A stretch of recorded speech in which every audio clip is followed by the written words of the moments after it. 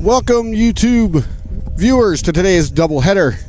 Originally slated to start at noon, and then it was pushed back to 1, so we are currently in the middle of a weather delay. Now the first pitch is scheduled for 1:30, so we'll be bringing you that shortly.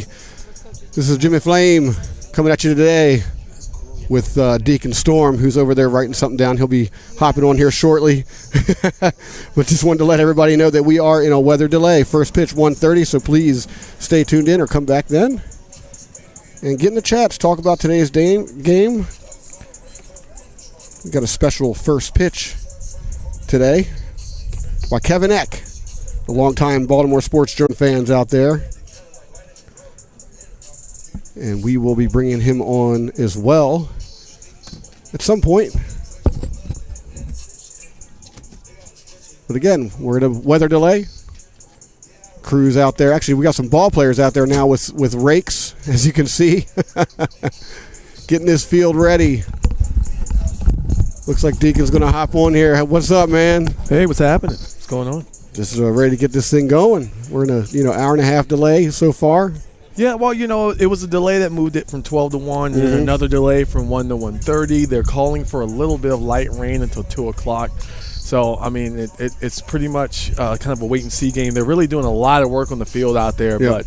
But, I think you and I can still see from here that even though they may have that dirt on the diamond smoothed out, that grass is going to be a lot of trouble. Well, yeah, I mean, the field, the grass is always somewhat of an issue, but it's definitely been exasperated by the wetness. It rained here for days ahead of time, and I believe today was the first day that the crews had actually come out to. First day they were able to. Yeah, they were able to come out and handle it. So even no matter what they do with the dirt, it's still going to be a little mushy out there in the grass. Yeah, I mean, and we saw the last game that was here a couple weeks ago. The ball take a lot of liberties out there. Oh, yeah. Doing whatever it wanted thanks to the situation and the field conditions. So, I prepare to see a lot more of that, a lot more ground balls if they're smart, both teams, to make it difficult out there for some of your infielders and even some of your outfielders. Yeah, it's The Lions certainly have an advantage there because they are used to playing on this field. Yes. So if anything, Allegany is going to have issues. Possibly, with ground balls. Those typical ground balls, taking those bad hops, as we've seen here dozens and dozens of times. Well, yeah, in the last game, too, the Lions barely recorded any errors, which is a huge thing for them. Oh, yeah. Difference in both those games. It was, and they were able to walk away with the victory in last time's doubleheader a couple weeks ago here at home. So, just had to see what they're able to do. And, we got Kevin Eck coming up for the first pitch. Mm-hmm. As long as they don't delay again, which I don't see happening unless it suddenly just started raining like it's forecasted. Right. And also, I just wanted to add, too, that the Lions are coming off of 2 really close games, both losses to Essex back on April 2nd. Yeah. You can be sure that that's, behind them. And they're just looking for today to start a new streak, to end that losing streak, start a new streak. They came off of a 3-game winning streak between, Southern Maryland and Garrett County, and then dropped 2 to Essex, and now they're here to face Allegany in a doubleheader. Hopefully we can get both of them in. Certainly looking to start and establish another win streak, hopefully. Well, yeah, that would be ideal for us, for the Lions players and coaches to see if they can work that out. Mm-hmm. And, like you said, start that brand new streak, get a couple wins today. Yeah. And they have the opportunity against a team that is not used to this field or its conditions, whether it be dry or wet. But, I mean, we are going to see a lot of, you can't control where that ball's going to bounce no matter how many times you've played on this field. Exactly. So, I mean, we are going to see some, but hopefully the Lions are going to be able to overcome those challenges and create situations of their own where they can put themselves in the lead and on top and winning this game. For sure. And also I wanted to make a correction from the last game. I was informed earlier today that I kept calling MJ Lux Daniel Lux. They just told you that today? They just told me that today. No one bothered to tell me during the game that it's because there was another player on another team, and I'm not that familiar because it was the first time I'd seen him in action, you know what I mean? So I didn't question myself. I just kind of nonchalantly and matter-of-factly kept referring to him by the wrong name. So that is not going to happen again. right? I think I think in the back of my head I was like, I don't know, but you know what? He's saying it so confidently. Maybe I'm wrong. I know. I hate when that happens when you feel like when you know something is incorrect. And you're worried about interjecting because you're like, wait a minute, there's such confidence in this person's voice that maybe he is right. You know? Yes, So. it's a possibility. So I will say I'm seeing Kevin Eck making his way around. So let's go ahead. There we go. Yeah, let's go ahead and take this break real quick and wait for the first pitch that's coming up. Deacon Storm, Jimmy Flame here. We're going to be bringing you some NJC AA baseball action, hopefully in the next few minutes. We'll be right back.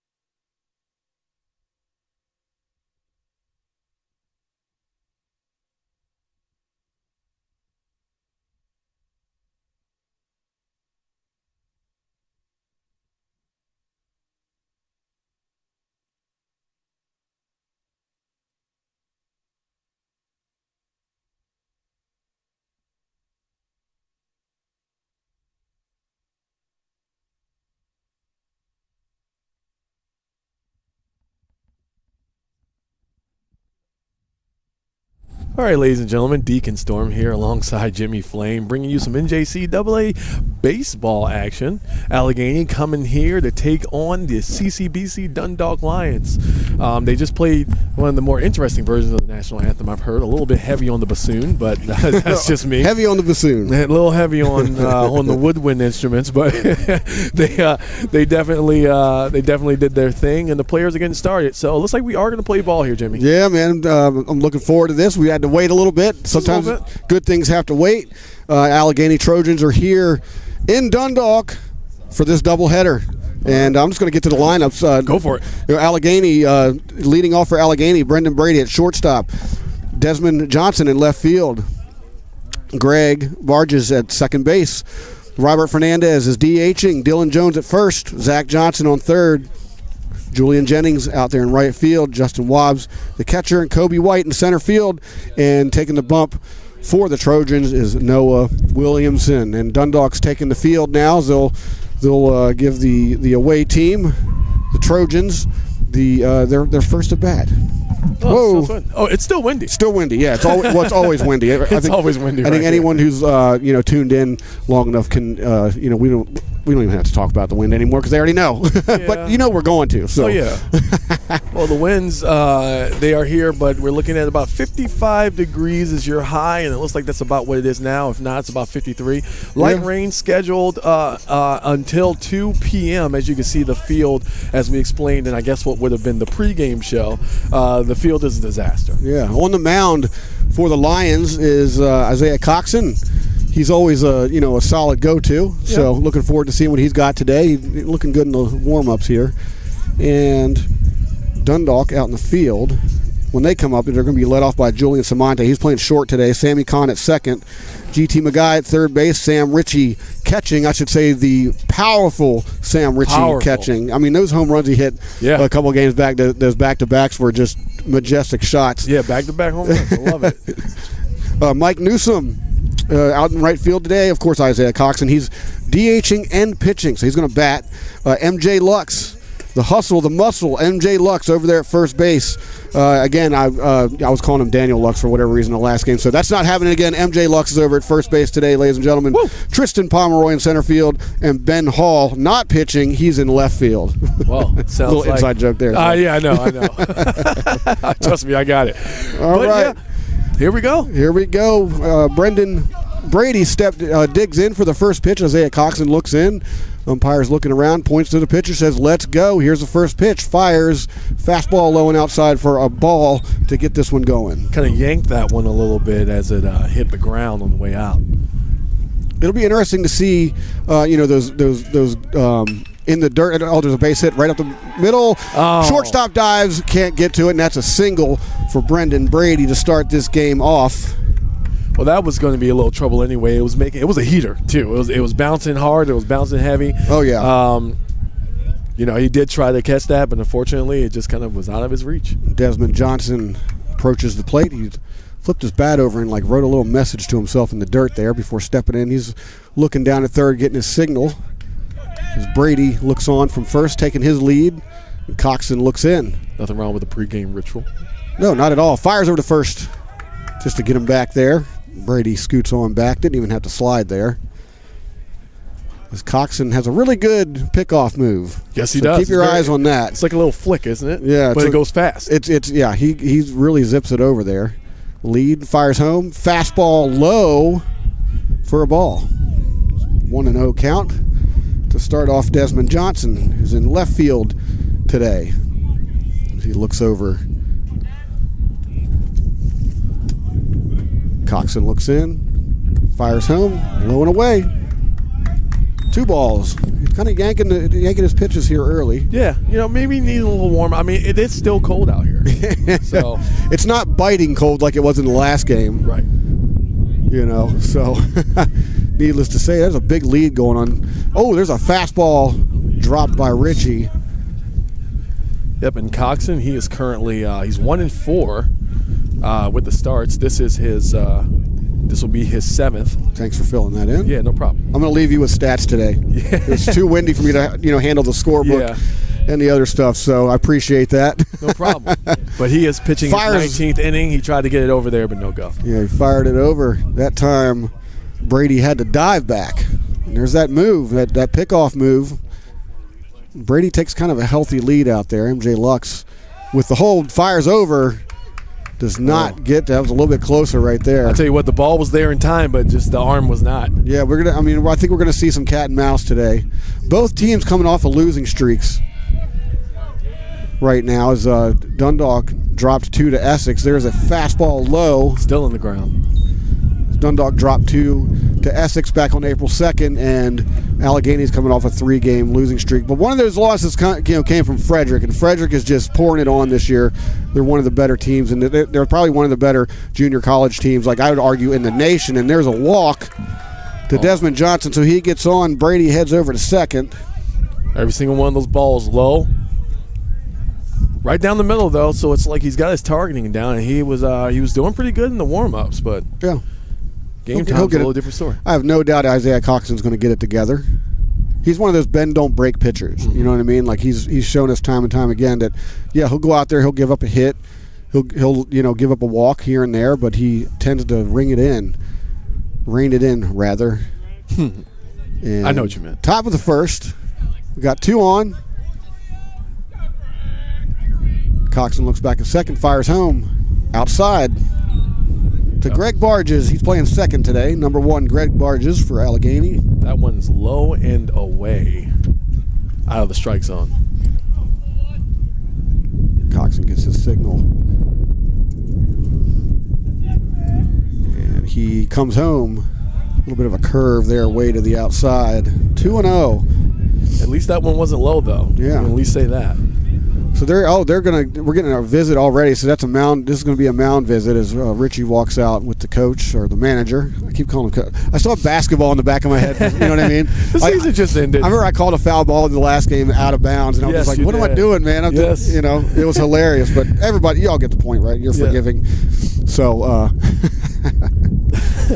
I've been reading a lot about this PitchCom stuff that's in Major League Baseball now. Uh-huh. The electronic devices that the catchers and pitchers, 5 fielders can use it. Wow. It takes away the hand signals, that a catcher would normally have to use. It's not here in junior college yet, although I wouldn't be surprised to see it at some point. Give it 5 years. Yeah, I mean, I like the idea. Why not use another method of hiding the pitches you're trying to toss, force people to who really want to be nefarious about it, make them start hiring hackers or whatever to no, don't do that. Yeah, please don't. We're trying to have a clean game here. All right, so Coxon looks like he's ready to go. Umpires are digging in. Fastball, ground ball, second base, flips to second for 1 and will not throw to first for the double play. So Brendan Brady moves to third. Johnson is out. And Barges stands on first with the fielder's choice. Yeah, Brady was coming in with a .415 batting average, so no surprise that he made it on base. Ball got kind of hung up, though, over at second base as the second baseman was looks like he was bobbling it a little bit after he grabbed it. Mm-hmm. After it was tossed underhanded to him. Here comes the DH, Robert Fernandez, number 26. Coming in with a .208 batting average. He digs in. Runners at first and second, 1 out. Top of the first. This one's just underway. Coxon fires home. Ground ball through the middle. Oh, stopped by the shortstop. Oh, no, it gets to the outfield. And there's a run right there. Brendan Brady scores. Allegany leads 1-0 early on in this one. So Fernandez reaches. Yep, only 1 out on the board there. Barges moves up to second. So we got runners at first and second, 1 out, 1-0. 2 hits early on here. As Coxon looks in. Fires home, that's low. To Dylan Jones, the first baseman for Allegany.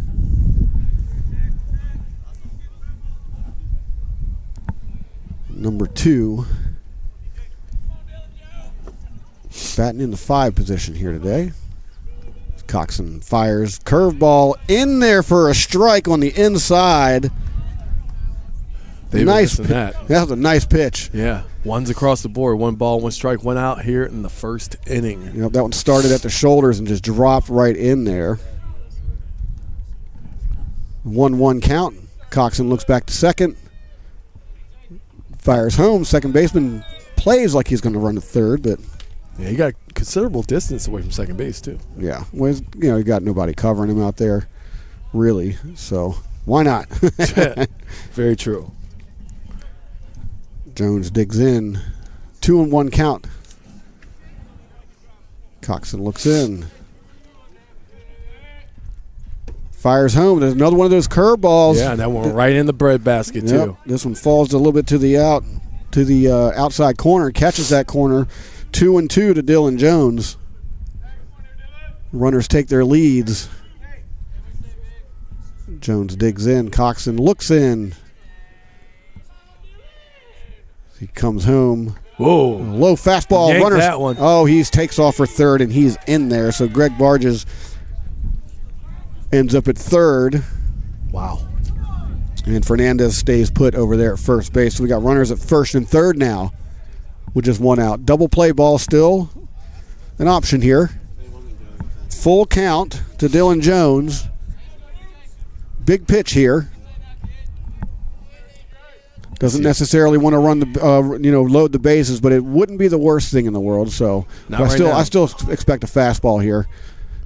And it was a curveball down the third base line. It's fair. Wow. And Barges is going to jog home. Runners advance. It's 2-0 Allegany. What a hit. Literally bounces out right at the point it needed to. We were just talking about that too. Yes. Those rough bouncers. Definitely a playable ball, but unfortunately, fortunately for Allegany and unfortunately for the Lions, it took that bounce over the glove, and Jones reaches first. And that brings up Zach Johnson, the third baseman, digging in. Runners at first and second. 1 out. Yep, comes in batting .211 for his batting average here today. Curveball to the inside. Doesn't catch the corner there. 1-0. Wind starting to pick up a little bit from center field. As you can see the flag blowing towards us. Pretty much towards us, yeah. And again, thanks to Kevin Eck for delivering the first pitch of the game. There's a strike to the outside. Took a little time calling that one. Yeah. I heard the scorekeeper saying, remarking that as well. Yeah. So come on, give it to us. Bit of a delay. Coxon looks in, fires home. It's a low. Yanked it again. Sam Ritchie stays in front of that one, keeping the runner on second. So Coxon having some control issues here early on. Putting a little too much force into these throws. Yeah, almost overthrowing it here. 2-0 game. 1 out here. We're still on the top of the first, if you're just tuning in. Fires home. That one catches the corner for a strike. 2-2. That one could have gone either way, to be honest. It was definitely. I mean, it caught some black, but yeah, it's they're all judgment calls, right? Exactly. That's what ultimately the umpire is going to call it. Like that. What I'm saying is that wasn't a clear. Right. A clear call. I agree. 2-2 pitch. Looks back to second. Fires home. Oh, swing and a miss. Catcher Ritchie can't hold on to it. He fires a third instead of going to first. Throws it all the way to the outfield. And wow, Fernandez is going to come around and score on that one. It's 3-0. Got to protect that home plate, and that is absolutely the exact opposite of what happened here. Exactly. So Johnson's going to reach on a strikeout. An incomplete strikeout. So yeah. Lions in some early trouble here. wait, where'd he go? Did he? He called him out. Really? Oh, that's odd. Okay. Is there something in the rule books that I don't understand about junior college baseball where that's not an out? Or where that's, yeah, exactly. He should have advanced on the drop pitch. I guess they're calling it an out. So I'm going to have to do a little bit of research on that one. I think we all are. Because the catcher, loses control of the ball. He runs the first, and he fires it to the outfield. Maybe that's probably why he threw it to third base instead of first. Right, because the normal play, the normal order of operations there is to just get the runner at first. So anyhow, that's the first time I've ever seen that transpire the way that it did. Honestly. So we got 2 outs. Julian Jennings digging in. He's a right fielder. And Dylan Jones is still out there at second. As Coxon looks in. It's 3-0. The 1-0 pitch. Fastball inside. Swing and a miss. 1-1 count. Yeah, he's coming in batting average of 400 today. So look for him to. How many at-bats does he have? That's a high average. That is a very high average, yes. That's a Ted Williams average right there, folks. 30 at-bats. Wow, okay, so he's on one this season. Yep. Fires in there, curveball to the outside, does not catch the corner. 2-1. Goes the count. Yep, Coxon's going to need to get out of this inning. It's giving up 3 hits and 3 runs. Not necessarily a good look right here if you're starting the game. No, you don't want to start the game like that, but, Dundalk's fully capable of putting some runs up there. There's a swing and a miss. Swing and a miss, strike 2. Strike 2. Low and inside ball. Got Jennings chasing. Yep, still a man on second. Yes, Dylan Jones out there. Swing. Whoa! Gets a hold of one, fly ball to the gap. Center field, diving catch. Did he hold on to it? Oh, no, he could not hold on to it. And that's going to bring home their base runner. So it's 4-0 Allegheny, but that effort, you got to give it up for the effort there. Ben Hall stretching out there in left field. I thought he had it. I really thought he had it. The ball disappeared in his glove, and I guess it just didn't make it. Called that one a drop. Wow, we're still stuck in the first inning here. Right, so Jennings reaches first on the almost spectacular play by Ben Hall out there in left field, and there's a strike to Justin Wobbs, the catcher. He'll backstop for the Allegheny Trojans. Coxon not even paying any attention to the first baseman. There's a ripper down to the left side, foul. As Justin Wobbs steps out. Behind 0-2. Coxon gets his signal. Comes home, fastball. Third baseman. Right off the ground. Fires the first, and that ends the inning. So 4 runs on 4 hits and an error. Dundalk trails early. Bottom of the second coming up. 4-zip. Allegheny. Dundalk's coming to bat. Here we'll be right back. Blah, blah, blah. We'll be right back. Thank you.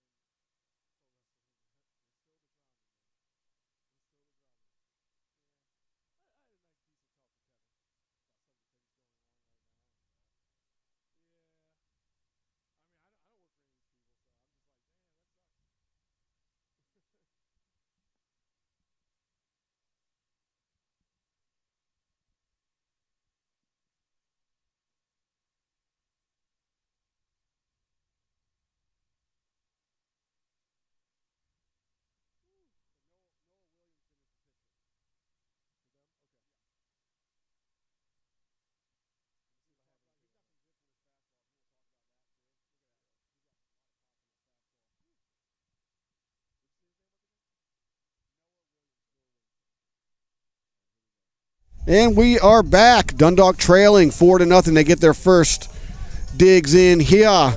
Leading off for the Lions, Julian Samonte. He's playing shortstop today. He's going to get his first hack at this today with a trailing 4-0. See if Dundalk can get something going here in the bottom of the first. Noah Williamson on the bump for Allegany. As Williamson looks in from the stretch, fires inside. Ball 1. I'll tell you what, though.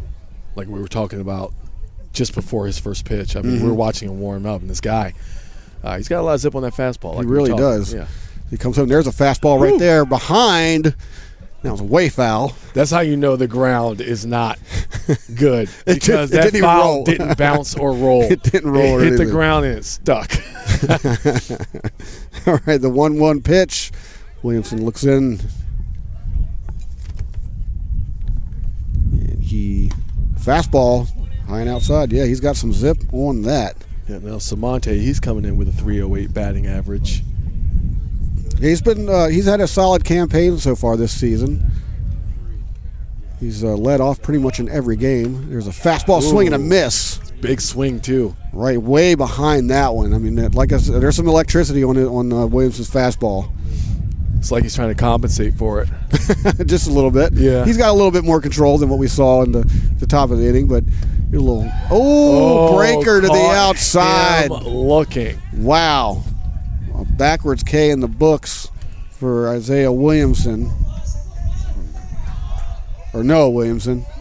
I was looking at Isaiah Coxon's name while I said that. Yeah. That's my first screw up of the day. Actually, that's my second. You got the pitchers right next to each other, so that's okay. Sammy Kahn steps in, playing second base. Swing and a miss. Man. Behind that one, too.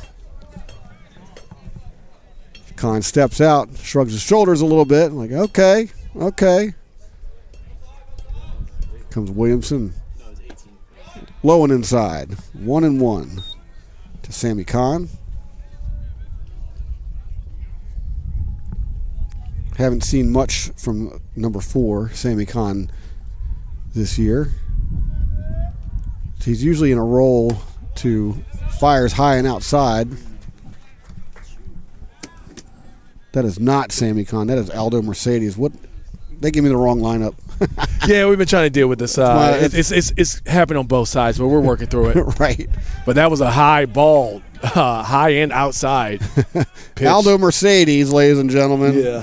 Jeez, we're just trying to get this. But Aldo Mercedes comes in with a 200 batting average. There we go. Thank you. Yep, off of 30 at bats. Here comes the pitch. Swing and a miss. Man. Wow.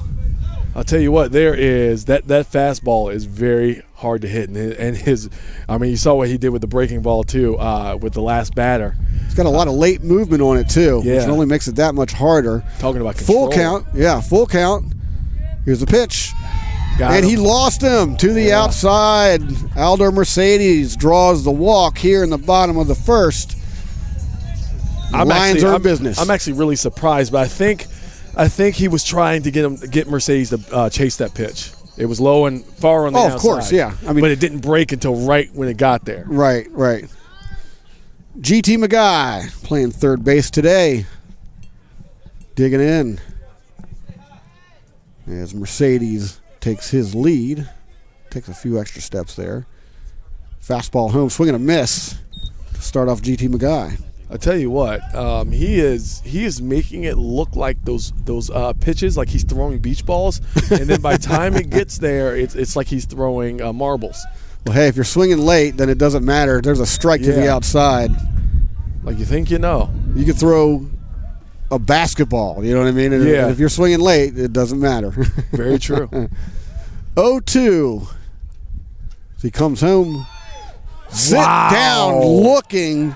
Strike 3, so GT McGuy is going to have a seat for out number 2, and the big bat of Sam Ritchie comes lumbering up to the batter's box. Well, if there's someone that can pull the Lions out of this slump, it's going to be Ritchie. We shall see. Well, he's got a lot of power to the other way, and there's a swing and a foul back. He has a lot of oppo field power. Yes, and I will say that's only the second time someone's made contact with a pitch. Right. Since he's been up. If he can get under one here, then, we might see a few runs here on the board. Richie digs in. The pitch, swing, a big swing and a miss. Man, there is some fire coming out of that arm back there on the bump. Mm-hmm. Mike Newsom's on deck. Yet another power hitter. Big lefty. Maybe he'll get a shot here. Outside. Almost got him looking, almost got him chasing after that. I saw him wind up for it. Well, you're up 0-2. Throw a, not necessarily a garbage pitch, but go ahead, challenge him a little bit and see if he's reaching. Yeah. Sam Ritchie digs in as Mercedes takes off.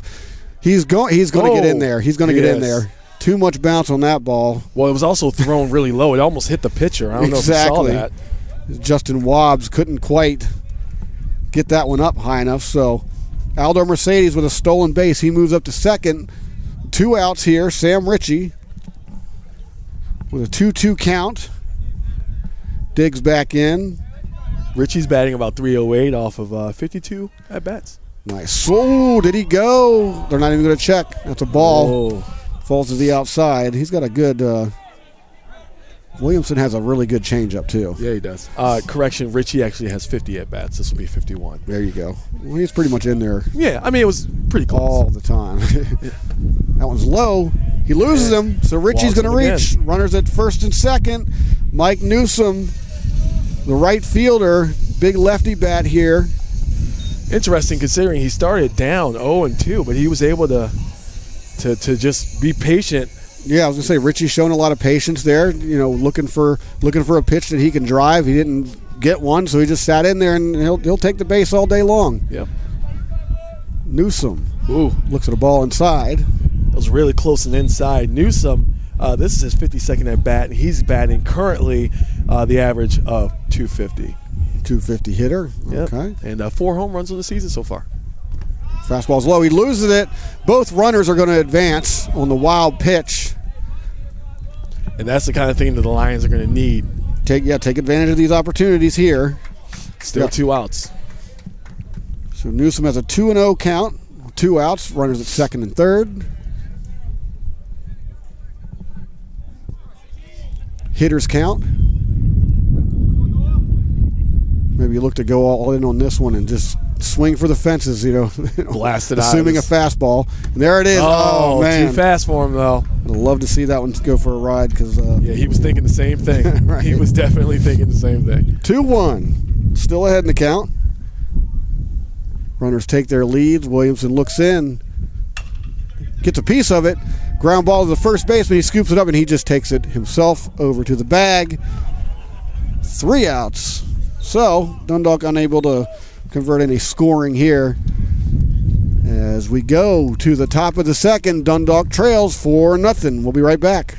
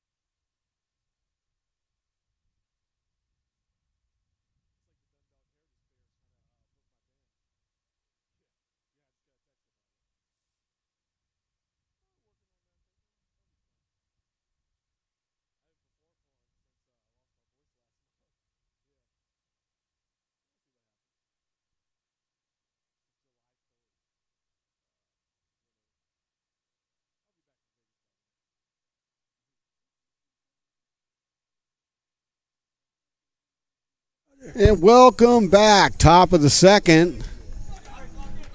Allegany leads Dundalk 4-0, and they went through 8 batters in the top half of the inning of the first. And Kobe White steps in for his first plate appearance, the center fielder for Allegany. And you know what? It doesn't feel like it's only been one inning. It's been a lot of baseball. Right, low and inside for a ball. Right? Yeah, like it feels like we've been out here for an eternity. Well, the delayed start doesn't do it's not doesn't help out a lot here. So Coxon comes home, low and inside again. And Coxon has been, and it's crazy because when he was doing his warm-ups, this was not what we saw. That's not what we saw in the warm-ups, that's for sure. He's pulling a lot of his pitches here. But we shall see. He's trailing 4-0 here. As that big curveball drops in for a strike. He was ready to send that out of here. He was winding up, but he saw it drop and decided not to go for it. Probably looking fastball all the way, and that one just kind of crossed him. So outside, 3-1 pitch coming up to Kobe White.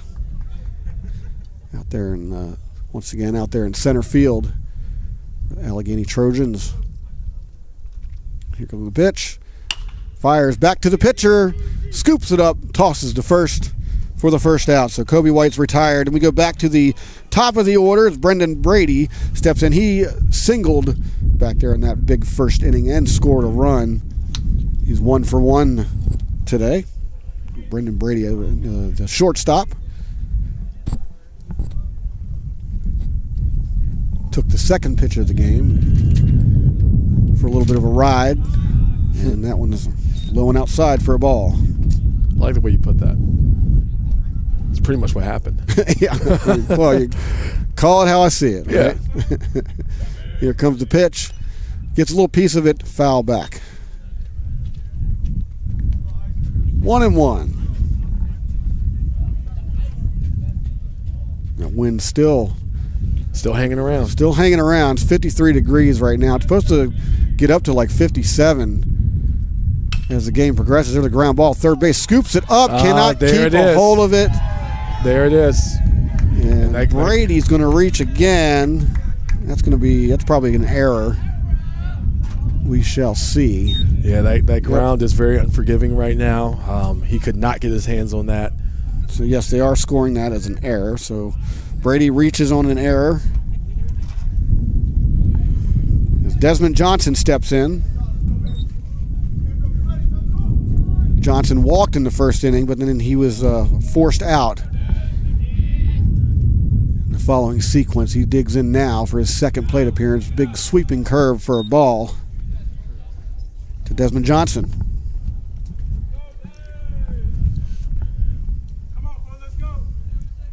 Brady takes his lead. Coxon looks in, fires back to first.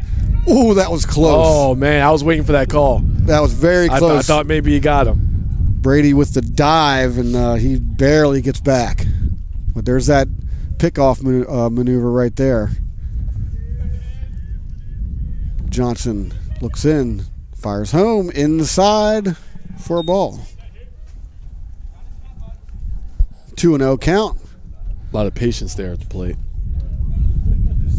One out here in the top of the second. The Lions trail 4-0. Coxon looks in, fires home, gets a piece of it. Shortstop scoops it up. Double play opportunity. Flips to second for the out to first. Got a double play.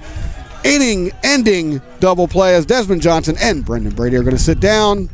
And that's technically a 3-up, 3-down inning. That's good. That's real good. Lions trail 4-0. Bottom of the second coming right up.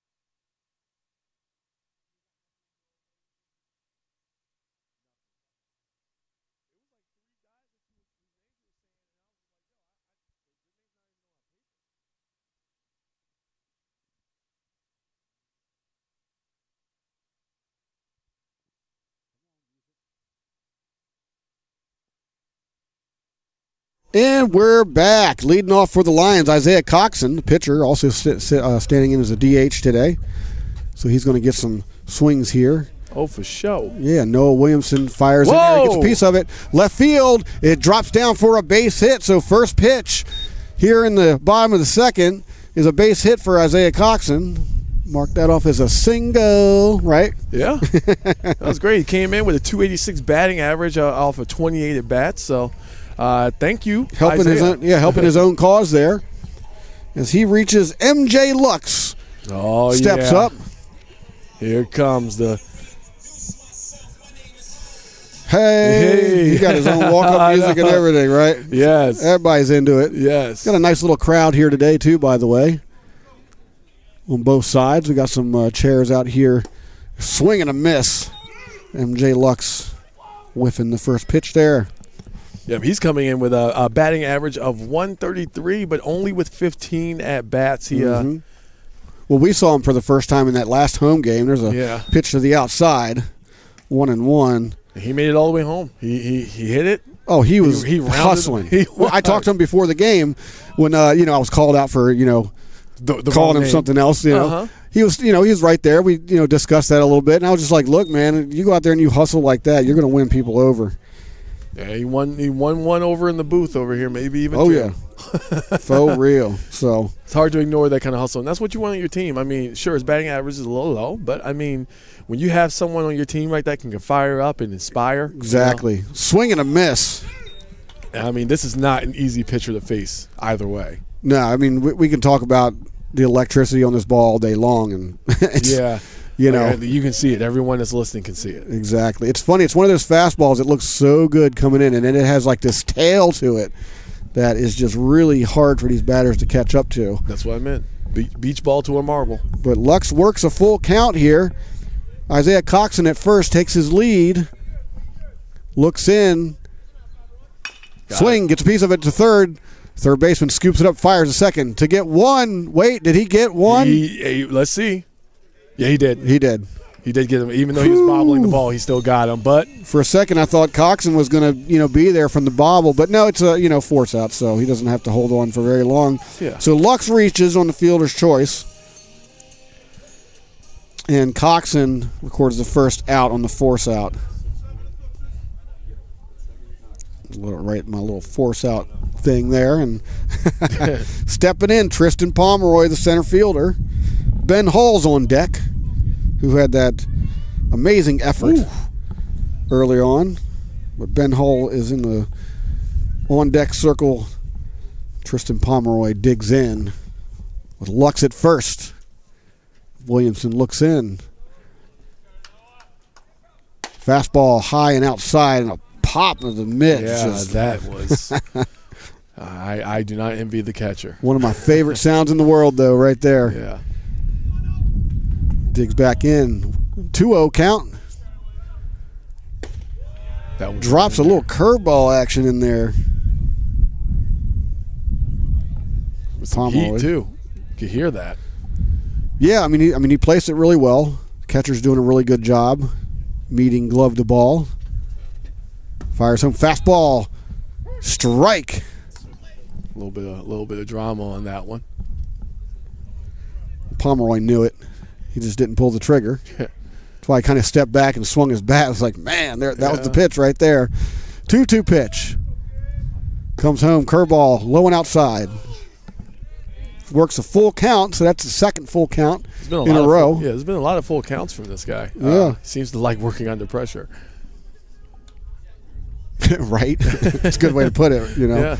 The runner goes, swinging a miss. That is Lux. Fired, and he is caught dead to rights by a mile. So Lux, that looked like an attempted hit and run there. I mean, it was a full count, so to their credit, that's what you're supposed to do there. Yeah. He was off to the races. But Pomeroy didn't protect, didn't get the ball to the bat. So there we have it, 3 up, 3 down. Lions trailing 4-0. Top of the third coming up when we come back.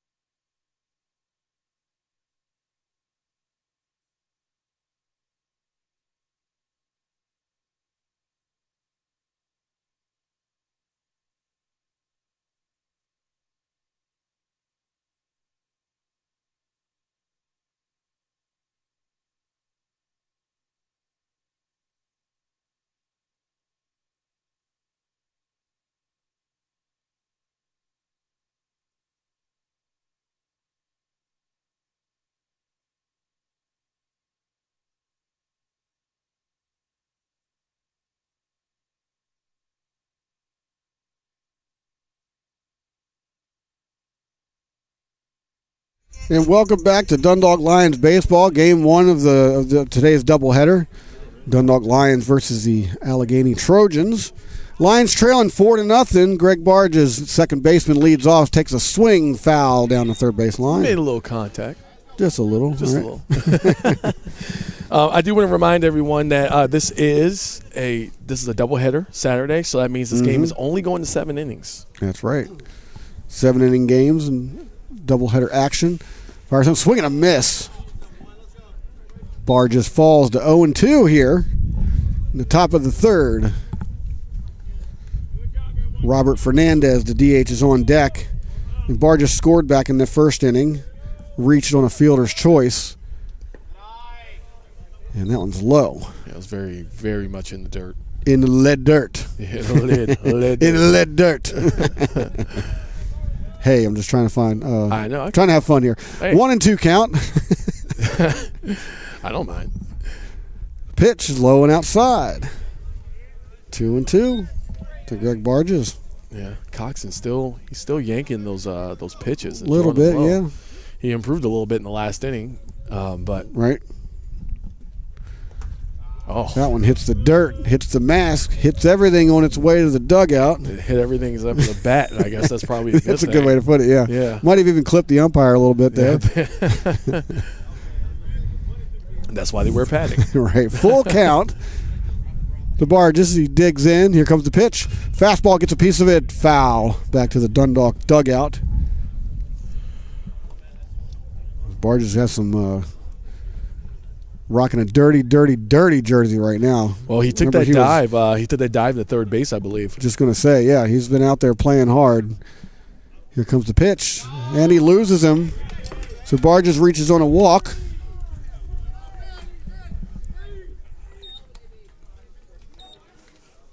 That ball is very attracted to the dirt once it leaves Coxon's hands. Right. Very attractive. It's like there's a magnet down there or something. But in steps Robert Fernandez, designated hitter. He scored his first appearance. Part of that 4-run first. Throws to the outside. Outside and low. Looks like it was designed that way, though. Oh, yeah. I mean, Richie's set up to the outside, but he just, didn't quite catch the plate there. Sets up outside again. Fires outside again. 2-0. Not a lot gets by Sam Ritchie, though. So, Coxon definitely isn't afraid to go to the dirt when he needs to. Right. I mean, it's not a bad thing every time. Right. But it's a bad thing when it's every time. Barges with a really big lead out there. He fires over to first. Back in time. Adding a little bit more dirt to that jersey. 2-0 count. I mean, he's not going to get cleaner out here. No. Especially with the field conditions. Yeah, I was going to say. Fires home. Rips one out to left field. That's a base hit. Barges moves to second. And Robert Fernandez is on here in the top of the third with no outs. What's going on here? Oh, the umpire's collecting some new baseballs. Collecting a couple dirt samples, just... There you go. So Fernandez is at first. Barges is at second. No outs. And Dylan Jones steps to the plate. He singled back in the first and scored. Again, part of that 4-run first. Well, this is a bad position to be in, especially with no outs on the board. And Coxon looks like he's taking the second. Yeah, just kind of walking him back. He's like, come on, guys. Stay on base. Please. You guys are working me out here. But he's hanging in there. He is. Looks home. He had that 3-up, 3-down inning the last time out. This inning's a little bit different. He's having to fight a little bit. There's a fastball in there for a strike to Dylan Jones. Starts him off 0-1. Zach Johnson on deck, the third baseman. He struck out back in the first inning. We can talk a little bit more about that when he comes up to the plate. Yep. Right now it's Dylan Jones digging in. Coxon comes home. Pulls it again. Very low. 1-1 to Dylan Jones. Yeah, it's a good thing that Sam Ritchie is a very good catcher because some of those balls that are being thrown, they're going all over the place. Right. It's kind of like a brick wall back there. Yeah. Kind of like, but he's a human being, so he's not actually a brick wall, right? I figure I'd throw that out there. Yeah. Inside missing. Oh. That one, there's another one of those 50-50s. Yeah, no, that's why I had the exasperated groan. Right. Because I was just thinking to myself, like, man, why couldn't that go our way? Mm-hmm. Fernandez is taking a giant lead over at first. They're not even worried about keeping him on. Well, I mean, MJ Lux is playing off the bag. Yeah. Comes home. Ripper right up to center field. That's going to drop. That's going to get down in the gap. One run's going to score. At least. And they're going to keep it at that as Fernandez makes his way all the way to third and Greg Barges scores. It's now 5-0 Allegany and Dylan Jones. And I think I can say with the current condition of what's going on out there on the diamond that we can officially start the Mercy Rule watch. Right. Well, there's nobody in the bullpen either, so this is his game. This is Coxon's game. Yeah. And a man on first, a man on third. You have a man in scoring position, and you have Zach essentially, Johnson. essentially what could be 3 runs out here on the field. So Zach Johnson steps in. Oh, takes one inside. That almost gets him. That was very close. He wasn't even trying to move out of the way of that one. Looking for the free base I was going to say he probably wanted to he was get like, the come on, bases man, loaded. let's just take it. So, again, he struck out his first plate appearance. Struck out swinging. That one's low and outside. The runner goes. He's not even going to go. Richie doesn't even try it. Yeah, man, he might have had him because, Jones tripped up running out there to second. He was able to get his composure back and get on his feet. Mm-hmm. Steal second. So here we go. Now there's runners at second and third with no outs. Open base. There's a curveball low and inside.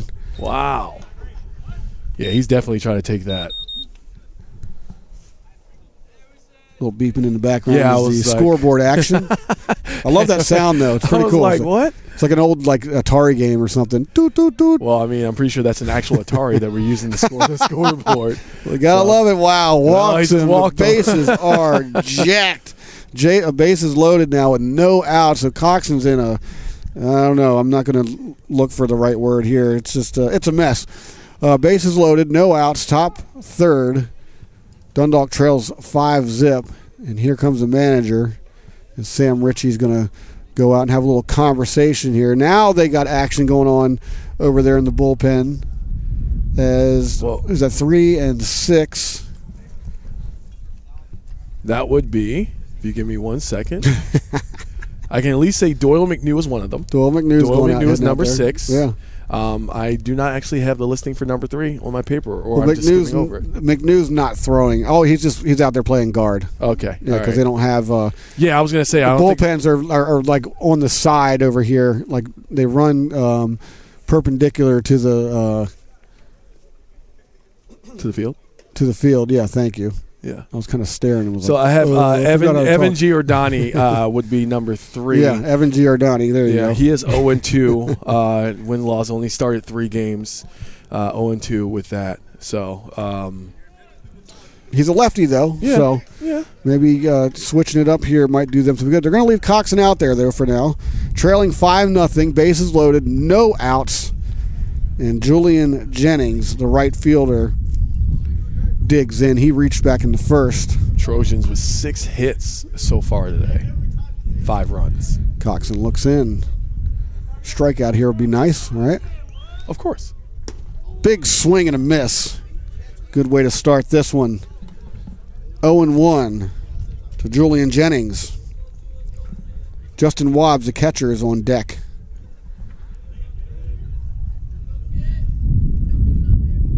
Fires home inside for a ball. Had to move out of the way of that one. 1-1 count. High drama here early. Top of the third. Dundalk trying to work their way out of this one. They've already given up 1 run in the inning. Once again on the inside. Big curveball misses. 2-1, Julian Jennings. Looking to blow this one open. Speaking of, the wind starting to pick up as well. It is. Gets a piece of it, foul to the right side. So 2-2 count. Much needed break for the Lions here. Coxon works his way back into this one. 2 strikes. He still has a pitch to go, so I mean his entire arsenal is available here.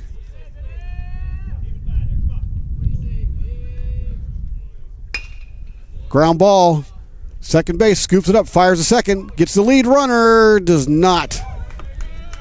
Yeah, was able to get Fire. one out at least there at second base, but that still brought a man home. 6 scores to nothing right now with 1 out on the board here at the top of the third. So Johnson is forced out. Jennings will reach, and Fernandez scores the second run of the inning. The Trojans now lead 6-0. Yeah, I tell you what, too, that shortstop out there, that ball took forever getting to him. Mm-hmm. I think if maybe he was able to run up to it, he may have had a little more time to spare, but not necessarily. Fouled straight back. It was a little scary. Justin Wobbs. The catcher digs in. Yeah, but also with the field conditions as they are, I mean, if you're charging in, you're risking of course that late bounce. You know, so it's you know, I like that he waited for it because he was really looking in and zeroing the ball. Yeah. If you're going to concede the run, you know, and at least get that runner at second. Which I think they knew was the possibility once the bases got loaded with no outs. Like they were going to give up at least one. Mm-hmm. Well, pretty much anything on the ground is going to bring somebody home. Yeah. Comes home, swing and a miss as he gets a little piece of it, but Richie holds on. 1 ball, 2 strikes to Justin Wobbs. Runners at first and third with 1 out here, top of the third. Lions trail 6-0. Coxon looks in. Fastball, swing and a miss. Whoa. Strike 3. Oh, thank you for filling that one in. No problem. His second strikeout of the game. And Kobe White steps in.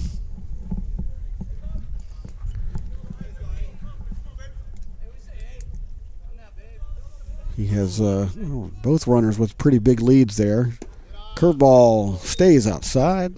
Kobe White looks at the curveball for a ball. Curveball for a ball. Yes. Right? Yes. Makes sense. White looks on. Coxon comes home, fastball low and outside. Richie stays in front of it. Caught some dirt there. 2-0 to Kobe White. And again, we were just talking about Richie standing in front of balls right there, and that's a prime example there. Making sure they don't go crazy because that ball flies past them. Oh, that's a run. That's a run. A wild pitch is a run here. Yeah. Pitch low. Oh, inside. Yeah, he pulled that one again. Able to get those wild pitches, wrangle those in, Sam Ritchie. Isaiah Coxon falls behind. 3 balls, no strikes. He looks in. Fires. Wow. Loses him. Yeah, I could have easily seen that ball being blasted out of the out of the field. What? All the way to West Baltimore. Yeah, like it. Wait, what direction is that? No, I think it would have been Middle River. I think it was there you go. Yeah. There you go. Back to the top of the order. Bases loaded again. Brendan Brady, who's done his own damage here today, steps in, looks at a fastball high and outside. Start off his at bat. Brady reached on an error in the last, scored after singling in the first. Outside. Strike. Caught that corner. There you go. 1-1. Desmond Johnson on deck. He's got a big task ahead of him here. Bases loaded, yeah. Top of the third. They've already put up a few here. Pop up. MJ Lux is running over to the foul. He's not going to get to it. Hits it right on the other side of the fence. Nice hustle out there again by the MJ Lux. But the ball falls foul. 1 ball, 2 strikes. So this could be what saves this game here. This next pitch. We shall see. Yes, yeah, we're definitely flirting with that mercy rule. Oh yeah. The mercy rule runner is at the plate right now. Fastball low and outside. Whew. There was a lot of drama in that one. There was a lot of waiting to see what the call was. Yeah, umpire, took a second to kind of stand up. Like, all right, it's a ball, right? The no sign, the international sign of nothing going on here. Now, of course, I will say a grand slam puts them right in this spot. Right, and he gets under one, but that's going to hang up in the air too long. Right fielder makes a catch. There it is. All right, there we go. So innings finally over, but not before the Trojans can put up two more. It is 6-0. We go to the bottom of the third. We'll be right back.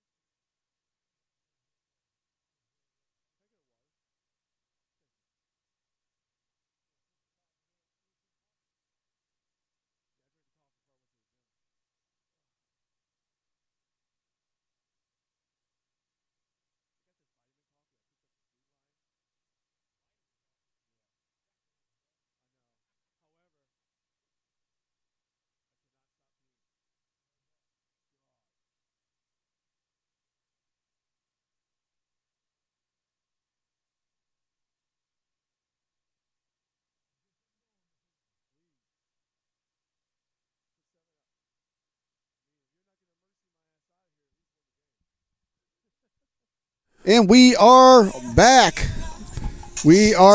And we're still blaring some music over. I thought they were done. The smooth sounds of Fantasia. Yeah. Walking up Ben Hall, who, by the way, is in the 9 slot. Yeah, Dundalk hasn't flipped the order yet. So. Yeah, we still haven't gone through the order yet for the Lions. This is how dominant so far the Trojans have been. And let's hope that with Ben Hall up here, we can start to see a turnaround here at the bottom of the third. Yeah, Williamson has been lights out pretty much thus far as Hall gets around, but fouls that one back. Out to the parking lot and over on the right. Over on the right, to the right, to the right. Well, we're viewing the game from the same angle that the viewers on YouTube are seeing it. So yes. Oh my gosh, That was ripped over there to the dugout. And if that gate's not there, if that fence isn't there, that's somebody's kneecap. Somebody's just done. Exactly. Well, I mean, that's just let you know because about 2 or 3 of the Trojans players jumped out of the way. Right. Bodies were just like, I'm out. Yeah. So 0-2 to Ben Hall. He looks in. He looks at that one dropping in for a strike. 3. Ben Hall has a seat. Now we're back to the top of the order. It's Julian Samonte, who also struck out looking way back in the first. It seemed like eons ago. Right. He takes his he's coming in for his second at bat here with 1 out in the bottom of the third, trailing 6-0. Well, like I said earlier, he came in with an average of 308, but it's got that slug percentage of 442. So it's possible he can at least get a double out of this and maybe get something on the board for the Lions. Anything, but that curveball drops in there for a strike. 0-1 to Julian Samonte. Before I can even finish my thought. No, you're fine. High and outside. 1-1. That's how they do it, man. This is how. Wait. This is how. I'm not going there. Yeah. I'm not going there. Man. Oh, he gets a piece of that one. That fastball. Unable to get under it. Foul straight back. Samonte is kind of in the same spot he was in earlier in the first. Yeah. 1-2 and went out on the board. And let's hope he can get something here. Williamson fires in. Oh, he gets around, drops the ball. He's going to, catcher scoops it up, fires the first to complete the strikeout there. So Samonte is going to have a seat, and that's the 4th strikeout of the day for Noah Williamson. Yeah, Williamson is kind of putting on a clinic here. He's got that zip on his fastball. Hasn't lost any speed on it either. Oh, no, it's electric. Aldo Mercedes steps in. He reached on a walk back there in the first inning. Ooh. Big swing and a miss. Man. And those clouds are rolling in, and they're bringing a chill with them that we hadn't experienced yet today. Right, but it's funny because it feels chilly, but according to the temperature, it's not. You know what I mean? Yeah. Big swing there. I believe that's referred to as the wind chill. Hey, I learn something new every day. The flag's waving out there in center field again. The wind picks up. 0-2 count to Mercedes. Swing and a miss. Catcher drops again. it. They're not even going to bother. Just throw it the first. Yep. So there he goes. Completely. He strikes out the side. Wow. So Jeez. we go. We do go. We go to top of the 4th coming up. Lions trail 6-0. We'll be right back.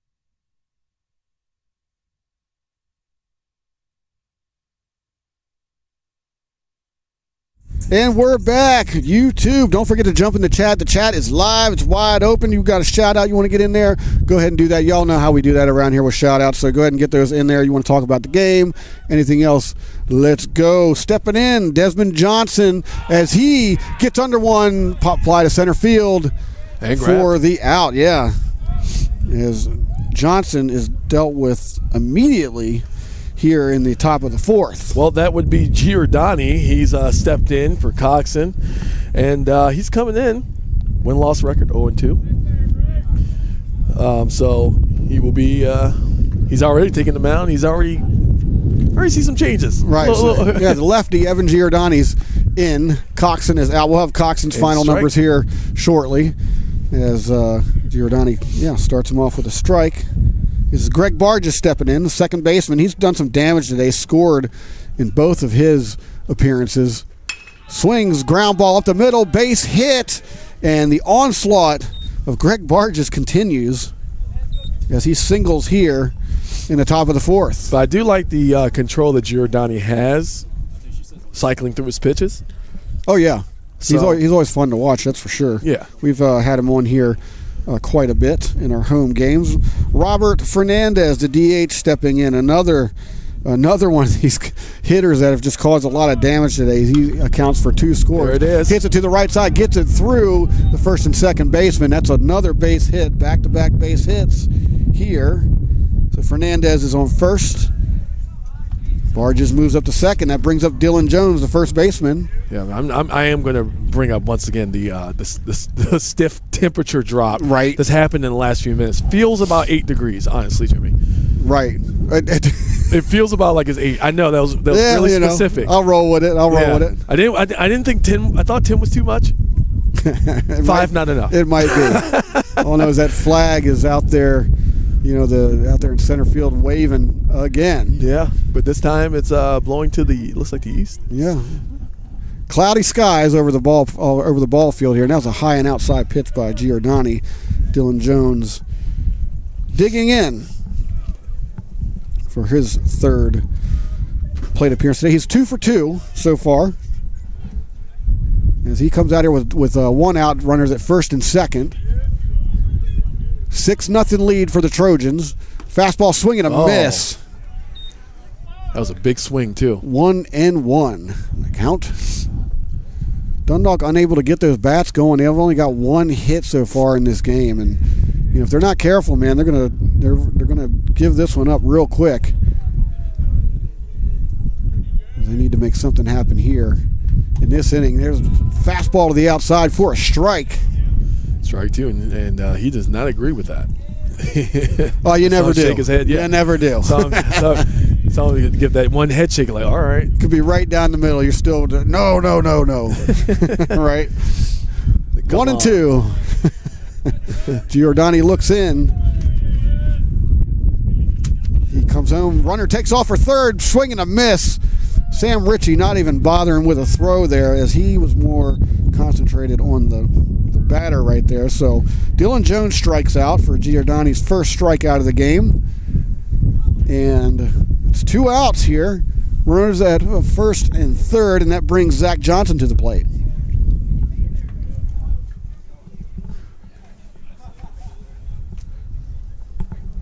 Well, it's good that Giordani is able to take a little bit more control of this game. Unfortunately, Coxon was not able to earlier.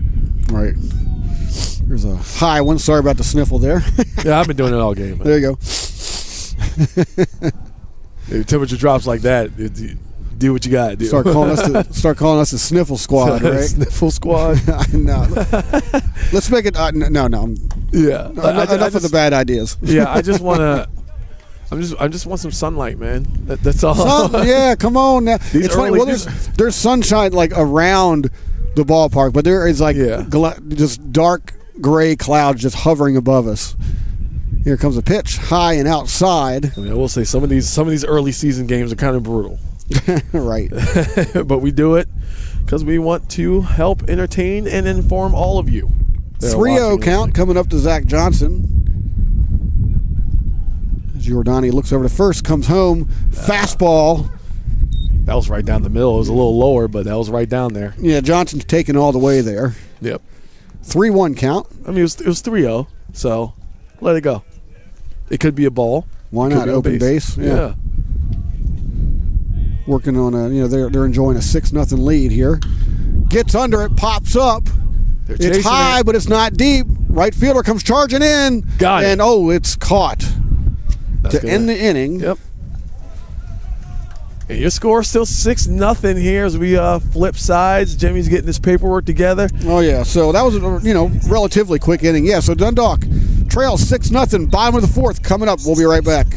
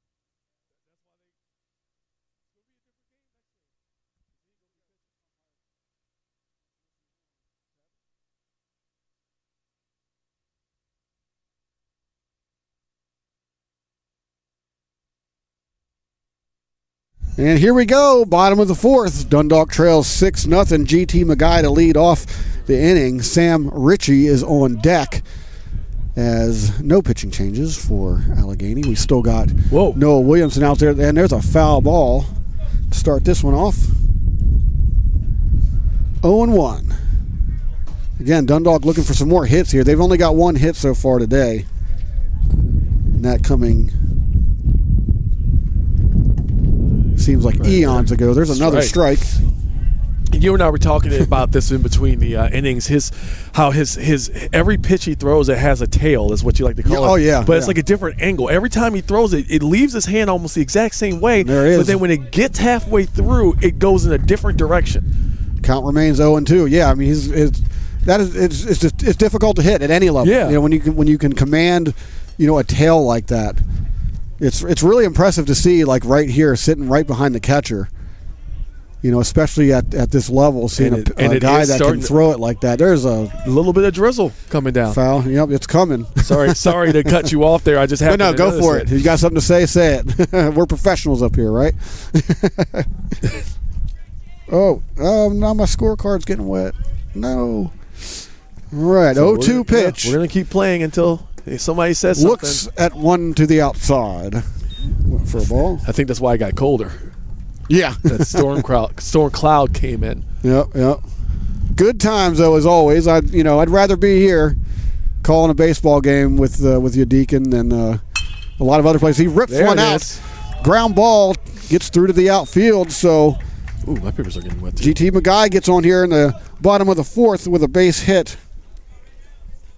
Start this one off. See if we can get something going here. Sam Ritchie comes lumbering up. Oh, man. To the batter's box. Yeah, and that wind is coming in straight from center field, and the rain as well. So it's coming down harder. Yeah, and it's right in the face of the batters. So we'll see what the call is going to be. Yeah, we'll see how impactful this is. It's also going right into the umpire's eyes. So drops in for a ball. Yeah. Start off Sam Ritchie.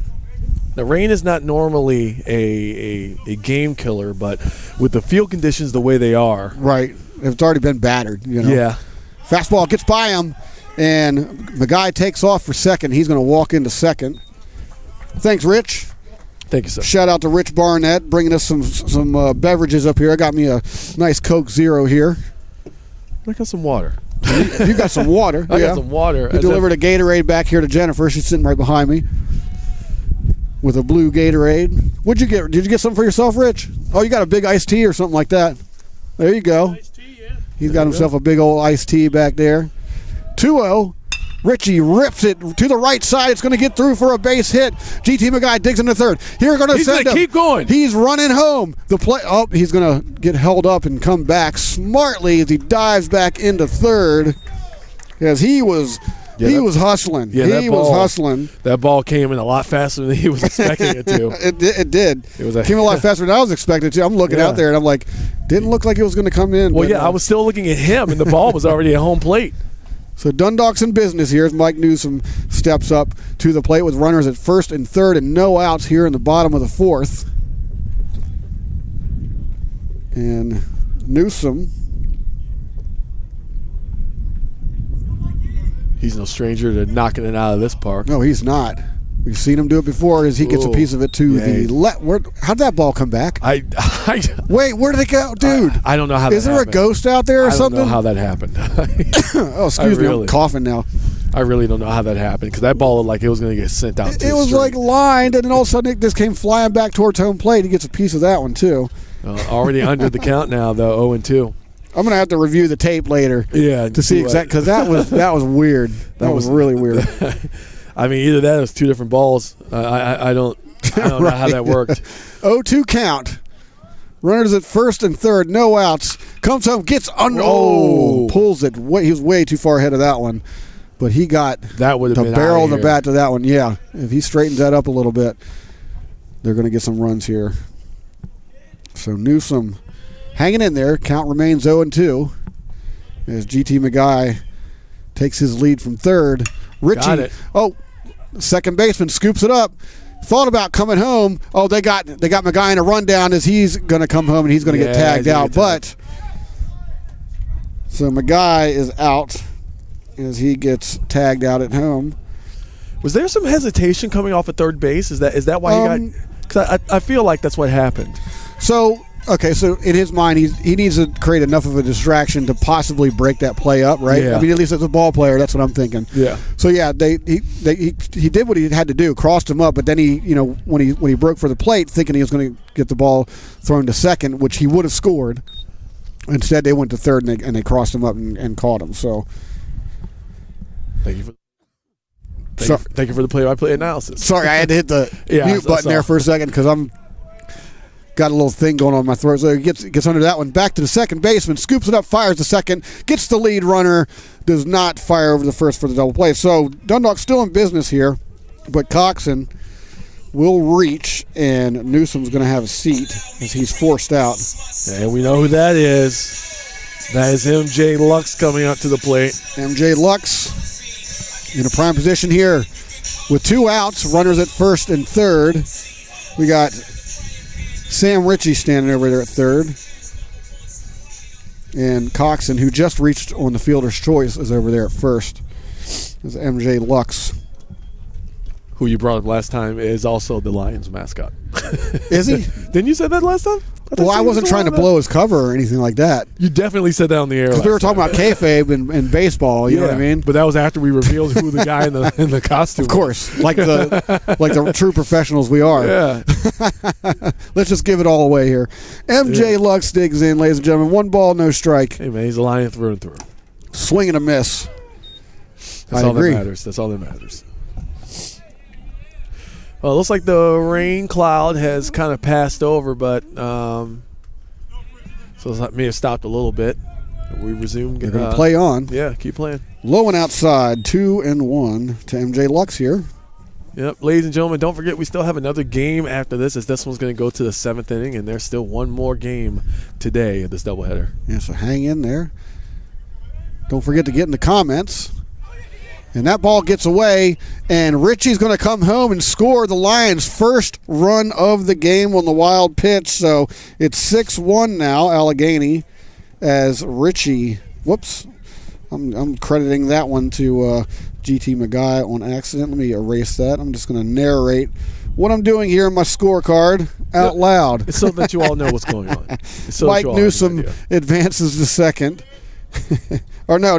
Jeez, there's... Isaiah Coxon advances second. You got this. I do got this, I swear. Keeping it together here. Lux digs back in. Gets a piece of it. Yep. Pitcher running to first. Is it? Oh, he does get him on time. Sorry, I kind of botched that play there. Anyhow, that's the third out. Dundalk does pick up 1 run. 6-1 as we head to the top of the 5th. We'll be right back.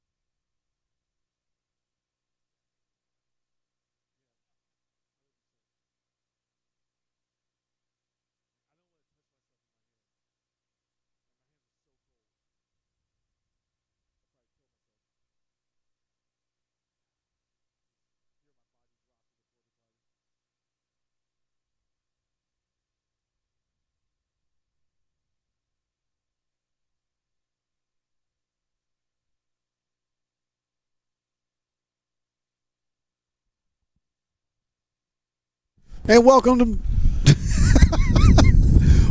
back, ladies and gentlemen. It's the top of the 5th.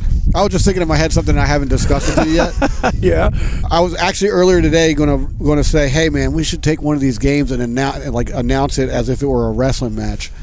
I don't think we can. He gets under that one high and deep to left. Left fielder's coming on, and that's going to stay in. Man. Catches it for the out. The wind really brought that one down. I mean, it looked really good off the bat. Yep. Whoops. I'm drooling too. I could tell you this. I'm a wreck. I don't think we'd be able to sustain calling this like a professional wrestling Right. match. I don't think we could. Oh my gosh! It's kind of how I lost my voice after the CIAA. Right. Heard that. So that was Julian Jenkins flying out to left, and this brings up Justin Wobbs, the catcher, for his plate appearance here in the top of the fifth. That one had a lot of movement too. Starts him off with a strike. Evan Giordani still out there on the bump. Oh! And that's a walk. Hit by a pitch. Wait a second. Is he going to bring him back? He's going to say he didn't even try to move, which I believe at the junior college level you have to at least make the attempt to move. All right, he's going to first. Yeah, they're going to let him get on. Okay, there we go. Looked like it hit him in his shoulder. Yeah. So he reaches on a hit by pitch, and here comes the manager of the Lions having a little discussion there with the umpire. Not sure what they're talking about here, but it looks like it might be want some clarification, that's for sure. Yeah.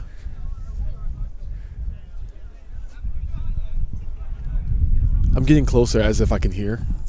Right. I'm trying to listen. I'm like, what do you say? Like, turn up the I'm squinting my eyes trying to listen. Turn up the microphones a little bit. Right? Yeah. Anyhow, he said his piece. He heads back. At the end of the day, it doesn't matter because umpire's decision is final. Yep. And we have so Justin Wobbs is on first. Kobe White steps in, left-handed bat. He's trying to call for time, but the umpire does not give it to him. That curveball stays outside for a ball. It looks like he's discussing with the umpire. Yeah, Kobe. He was trying to call time. Yeah, but fires over to first. Wobbs gets back. Yep, not as much zip as the one that Coxon throws over there, but you know. No. Still, the attempt is what's important. Kobe White digs back in. Wobbs he fires back over. Keeping him honest over there. Just trying to keep it together. MJ Lux is covering him over there. As Giordani looks over, and he comes home this time. Fastball in there for a strike. Right down the middle, too. Still had a little movement on it, though. Yeah. I mean, his fastball has some tail on it as well. Except it's, he's a lefty, so it's tailing in the opposite direction. Right. And to lefties, that could be problematic. He squares the bunt, actually gets it down. Sam Ritchie charges, scoops it up, fires the first for the out. But Justin Wobbs is going to advance on that. That was really close, though. That was really close. Nice heads-up play by Sam Ritchie there to come charging out of his position there from the crouched position to come up, and it looked like Giordani was going to try and scoop it up, but he just, Ritchie took it, fires the first to get that second out. Well, Ritchie had a better position there on the ball, and I believe if Giordani got his hands on it, he would have made it to first. Back to the top of the order, Brendan Brady steps in. He looks at a ball, 1-0. 2 outs here in the top of the fifth. Allegany enjoying a 6-1 lead. On 8 hits, Giordani walks the runner back to second. Justin Wobbs has got a little dance going on out there as he takes his lead. And Ritchie with the signs. Fastball high and outside. And the gray clouds are kind of going away, but there's a different set of clouds coming in. I'm telling you, like, the baseball guys are just like, you're not getting no sunshine today. We'll give you a little bit before the game, but that's about it. I need them sun rays to come on in here. Yeah, it would be really nice. It would be very nice. Here comes the pitch. High and outside. Ritchie lets it pop out of his glove, but there's nothing doing there. So, but it still stays in the area. So, second baseman will not advance. Desmond Johnson's on deck for Allegany. But right now it's Brendan Brady, shortstop. As Giordani looks back to second, comes home with it, Fires a fastball for a strike. Yeah, right down the middle. It's a good 3-0 pitch, too. Standard, even. I mean, yeah, where else are you going to go with it, though? You're pretty sure that the batter is going to just keep the bat right on his shoulder. Yeah, go for it. Swing, and he gets a piece of it, but Richie holds on to it. And Giordani's worked his way back into this one. It's a full count. Runner at second, 2 outs. Top of the 5th. Lions trail 6-1. Giordani fires at home. Swing and a miss to get out of this one. And boom. Strike out to end the top of the 5th. Ending the threat. We got the bottom of the 5th coming up. Lions trail 6-1. We'll be right back.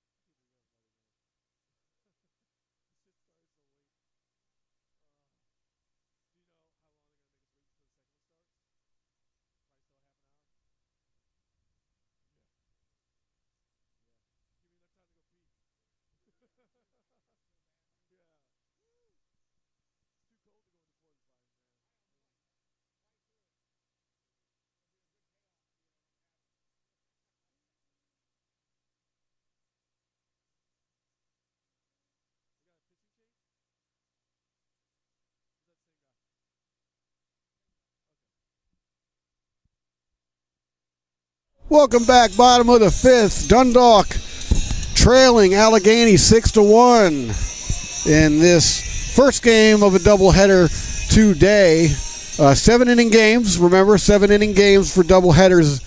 JUCO baseball as Tristan Pomeroy steps in for his second at-bat of the day. And here comes the pitch. Ooh. Gets a hack at it, it's foul. Start off the bottom of the 5th. Yeah, going to land somewhere behind us. Right. They're going to get it. They're going to get it. I didn't see where it went. But. Noah Williams is still on the mound for the Trojans. Pitching a clinic today. He's pitching a good one. Only giving up 3 hits so far, 1 run. The 1 run is not an earned run either, so his ERA is 0. You know what I'm saying? Like, yeah. What else do you say? Yeah. Sun's back out, I'll say that. Here comes the pitch. Yes, the sun is out. Ground ball. Second base scoops it up, waiting patiently for it as he fires to first for the out. So Tristan Pomeroy is retired here in the bottom of the 5th. Ben Hall, who struck out looking in his first plate appearance way back in 3rd, steps in to get his hacks here in the bottom of the 5th. I will say this is a very interesting entrance music to choose. I mean, I have to say that. Here we go. From the stretch, swings, gets under it, and that one's foul. If I'm not mistaken, that's kind of how he started his last at bat. With a big, huge foul? Yeah. Yeah. Big, huge foul, yes. A very loud foul. Looking in, 0-1 pitch. Fires it in. It's low and outside. It's the first ball that Ben Hall has gotten today. You're not even interested in that factoid, are you? Please, enrich and enlighten our viewers, Jimmy. 1 ball and 2 strikes. I just looked down at his score sheet, and I'm like, this dude hasn't seen a ball all day long. Yeah. He just got one. Let's talk about it. Let's talk about it. He's been killing it. Here comes a pitch, and he thought about it, but he's looking. Second time today that he's been sat down looking. Hey, look, man, I mean, what else can you say? We've seen it. Multiple strikeouts. He threw his first ball in the fifth. He started. Six strikeouts today so far for Noah Williamson, and that gets us back to the top of the order. Julian Samonte digs in. Trailing 6-1. Squares the bunt, and he pulls back wisely. Ball, no strikes. But yeah, it's just funny. Like sometimes these little factoids pop up that I just think are funny to bring up. Yeah. That's all. Squares the bunt again, pulls back, but this time for a strike. 1-1. Trying to get on base here. The defensive positioning of the Trojans is really interesting right now. They got the center fielder and the right fielder kind of playing in, and the left fielder is at normal depth. Yeah. So they're kind of challenging Samonte to go the other way here. First baseman's playing in a little bit too. We'll see how this plays out. Swing and a miss. Ooh, strike two. 2-2 to Julian Samonte. He's struck out twice so far today. He's not trying to go down 3 times in a row. I can tell you that. He looks in, pitch, swing, gets under it. Big it's hit. Up there, right field. It's going to be way foul. Oh, it hits the top of the fence. Yep. So it's nice to see one of those not actually leave the park. Right. Count remains 2-2. It was catchable, but it just came in too fast. Right. Yeah, because normally fouls are not catchable here. Like I no, the can't wind. The wind. Yeah, the wind is just it can be problematic here. But c'est la vie, as that flag out in center field's waving real good again. Here comes the 2-2 pitch. Looks it to the outside, and man, that's there it is. They call for it, but it's still going to be a ball. Wow. Trojans started running into the dugout like they had, and that's got to wait a second. There's no call from the umpire, but they did appeal down to first, and he did not go. So full count. Here's the pitch. Swing. There it is. And a miss. There it is. Strike 3. Strikeout number 2 for the inning. That's 7 strikeouts today for Noah Williamson. We go to the top of the 6th. The Lions trail 6-1. We'll be right back.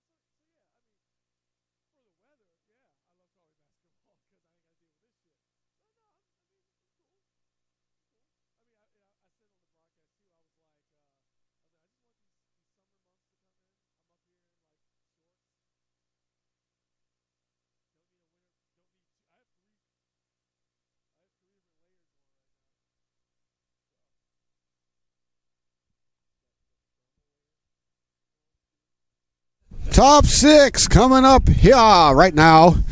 The Lions trail 6-1. I want to take a moment right here, give a big old shout out to Spencer Dean, who's sitting right next to me running the live scoreboard out there, the scoreboard out here in left field. So what's up, Spencer Dean?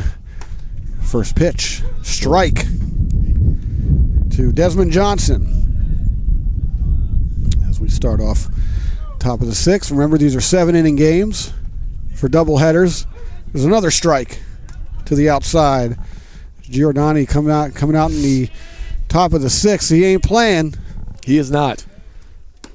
Swing and a miss. There, 3 up, 3 down on the pitches. 3 strikes in a row. There you go. Beautiful. That's his 3rd of the game. As he sits down, Desmond Johnson, Greg Barges steps to the plate, who's been a menace today. Reached on a walk in a fielder's choice, and he got a base hit his last time up. scoring twice so far in this one. Well, that last one was a little high. Starts him off with the ball there. The Lions trail 6-1, top 6, 1 out. That one was higher. Thanks for catching that one. No problem. 2-0 count coming up as the sun is starting to shine down on this field, and that's in there for a strike. And a little bit on us because we definitely need it. I was going to say, I just walked down the stairs over there and I was like, oh, I can feel the sun. Yes. It feels so amazing. Gets under that one, fly ball, center field. Center fielder tracking it, running, and he makes the catch for the second out. Great catch over the shoulder out there in center field. Barges is sat down. Robert Fernandez comes up for his 4th plate appearance. He's scored twice today. Got to hit his last time up back in the 4th. Enjoying this 6-1 lead as Giordani looks in, fires home, swing. Oh, that one comes straight back at us. It was right off the handle. May have hit his hand too. Yeah. Fortunately, we have that plexiglass in front of the camera there, or it would have ate it. It would have came right in here. Yeah. There's an expense right there. Fastball outside and away. 1-1. So we got another game coming up. We do. Yeah. And I got word that there's a ball right there, that instead of the traditional half-hour wait that they normally do, for double headers, it's actually going to be like a 10 or 15-minute wait. So, so you won't have to wait between too long. Games. Gets under that foul to the right side. That's going to be way out of play. After it. Luck still went after it, though. Of course. I would expect nothing less. Absolutely. I really enjoy watching him, get his hustle on out there. He is a hustler. 2-2. 2's across the board. 2 out. 2 balls, 2 strikes. Here comes the pitch. Gets under it. Line drive. Right field coming in. He makes the catch for the 3rd out. So that's a 3-up, 3-down inning. Dundalk looking to make a game out of it. We go to the bottom of the 6th. Lions trail 6-1. We'll be right back.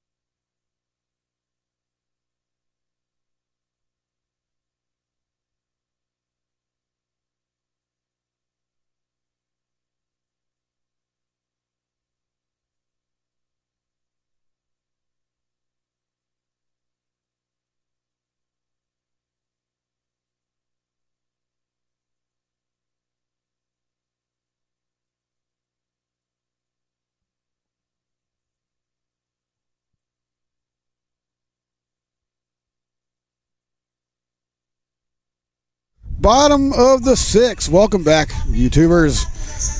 Comments, chats, all that good stuff. It's wide open. Go ahead and jump on in there. Get your shout-outs in. As the Lions trail the Trojans 6-1. Aldo Mercedes leading off for the Lions here in the bottom of the 6th. Noah Williamson is still out there. He lays down a bunt in the front. Catcher hops up, fires the first for the out. So Aldo Mercedes is retired immediately. And that's going to be a 2-3. Put out. There we go. Deacon jumping back in here in the booth. Hello, hello. What up, what up? And that brings GT McGuy to the plate. As he's 1 for 2 today. Did make it home earlier. Did not. Did not. Pretty much no one has. We got one run up there. There's one run. I believe he was the one run. Sam Ritchie is the sole Sam Ritchie. Oh, that's right. Yeah, my bad. He came running home on that yeah, I thought it was pass ball. Yeah. I thought it was my guy. My bad. So the guy digs in. Whoa. Gets under it, fouled to the right. Just got to straighten it up a little bit. We've gone exactly where you wanted it to. Just a little bit. No balls and 2 strikes. Man, this sun's coming out with a vengeance, too. If you're just tuned in, just know that this is game 1 of a doubleheader. And because it's a doubleheader, it's a 7-inning game. As GT McGuy gets on, fouled straight back. That one got yanked a little bit. Count remains 0-2. 1 out here in the bottom of the 6th. Dundalk trying to put something together here. Get some offense. It's not too late to try to win this game. When the aforementioned Sam Ritchie is on deck. Fists it to the right side. First baseman comes over, pitches off to the pitcher. Pitches off to the pitcher. That's funny. For the putout. That was a very loud ball that went nowhere. It went off the fist there. Yeah. So that's a 3-1 putout. And Sam Ritchie steps to the plate as he is the only runner to score so far on Dundalk's side. He singled his last at bat. He looks at one outside for ball 1.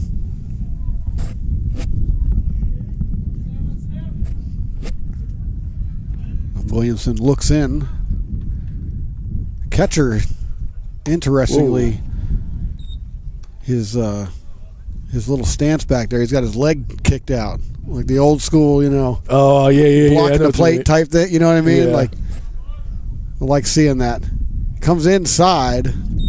Just making sure everything's good. Richie's worked himself into a 3-0 count. He's probably going to be leaving the bat on his shoulder here. I don't think he's got the green light. We'll see though, right? I've seen crazier stuff in this league. Yeah. He looks at that one, his 4-pitch walk. So Sam Ritchie's going to get on again. He's been on every single time he's been up today. I will say Sam Ritchie's one of those guys. If you're going to walk somebody, might as well be him. It's going to be him because he can hurt you. Yeah. And speaking of hurt, Mike Newsom, this is another bat that can hurt you. Yeah, you're not going to walk 2 guys in a row. He's especially good against righties as he digs in with 2 outs. Looks at a ball there. Sam Ritchie out there takes his lead. Relatively smaller lead. And he went around. So Newsom. Yep, it's called a strike. Digs back in for the 1-1 pitch. And not a whole lot going from Dundalk's bats today. Swing and a miss. Strike 2. As they've just put up 3 hits to that 1 run. Outscored by Sam Ritchie back in the 4th. Here comes a pitch outside. Step back off that one. 2-2.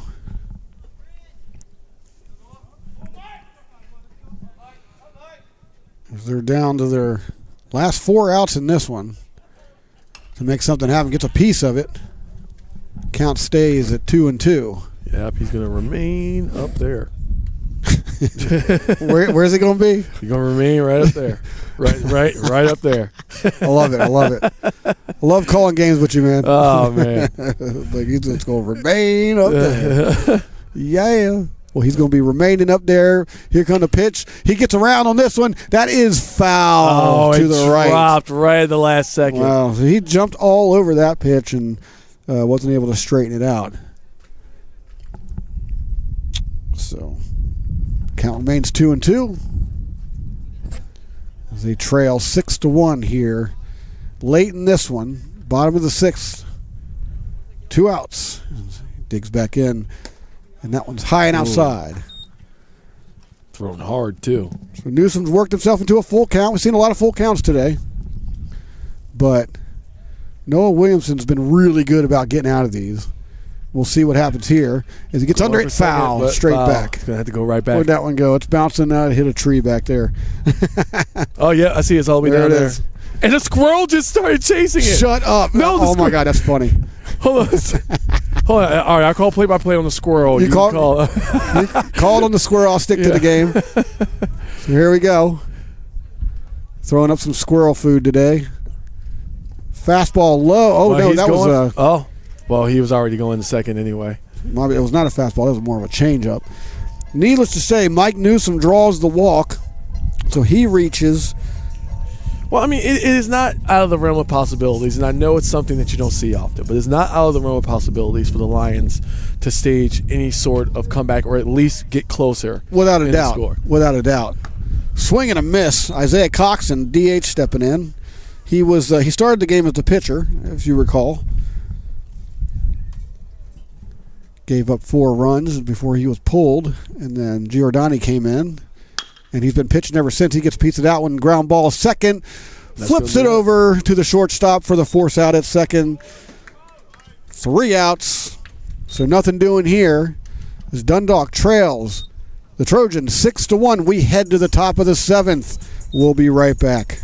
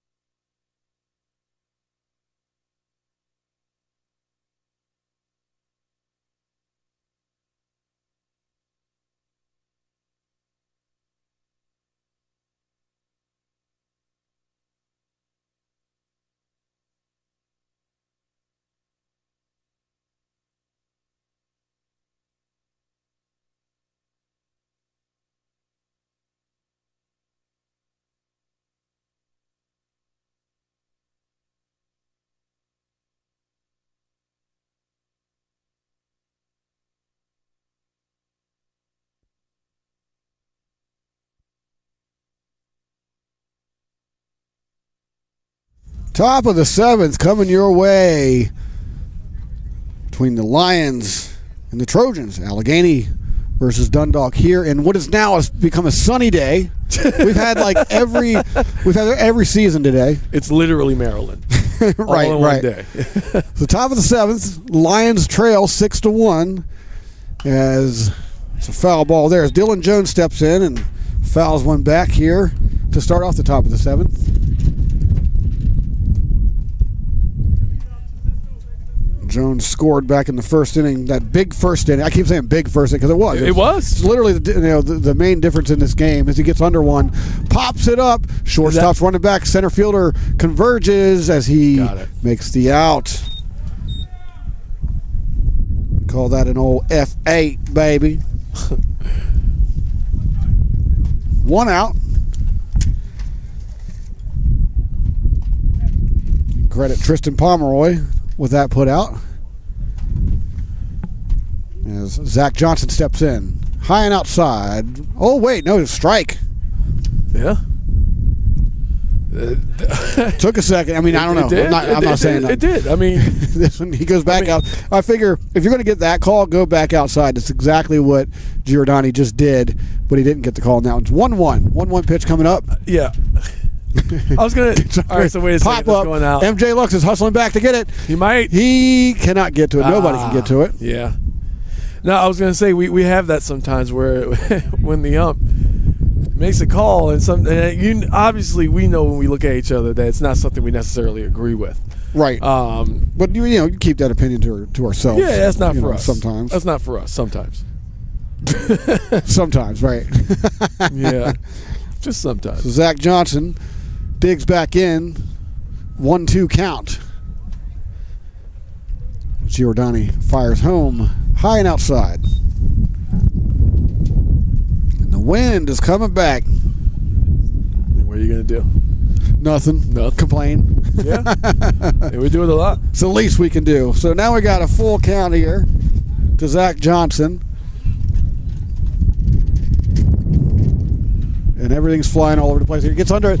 Yeah, hot fly, right field. Right fielder coming in, hustling. Got it. Sliding catch. Did he get it? He got it. Yeah, he did. Whoa.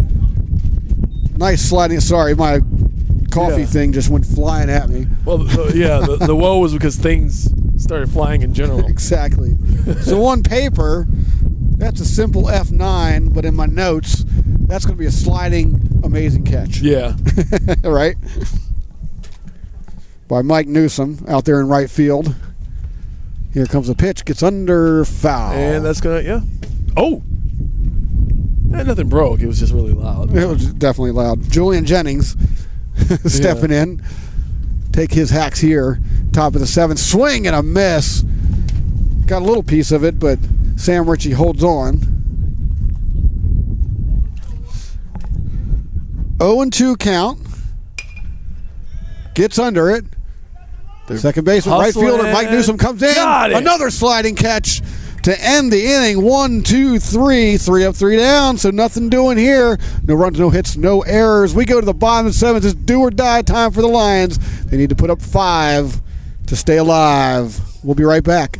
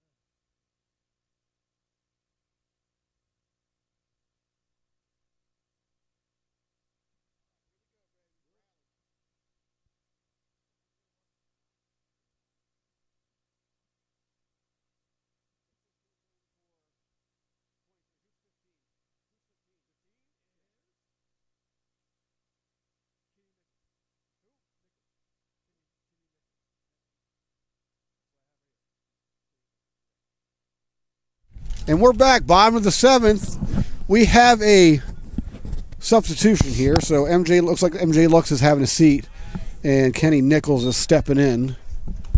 Yeah, Lions presumably trying to make up those 5 runs here in this inning to seal the game, or at least help it continue. They need to put up 5. There's a inside pitch for a ball. Yep. 1, 2, 3, and 4 will not do. Got to go for 5. 6 for the win. Tristan Pomeroy on deck, followed by Ben Hall. So you'll at least see them. 1 ball, 2 strikes. But not a lot going on today for the Dundalk Bats. They've only put up 3 hits, and that 1 run they have isn't even an earned run. And gets a piece of it on the ground. That bad boy. Charging in, Williamson fires the first. Oh, look at that split. Safe. Oh. He pulled him off the bag, so great Kenny effort. Nichols comes in, yes, and he gets on. If that's not a lucky break, I don't know what is, man. Waiting to see how they score it. If he pulled him off the bag, that's likely an error, but let's see how they score it.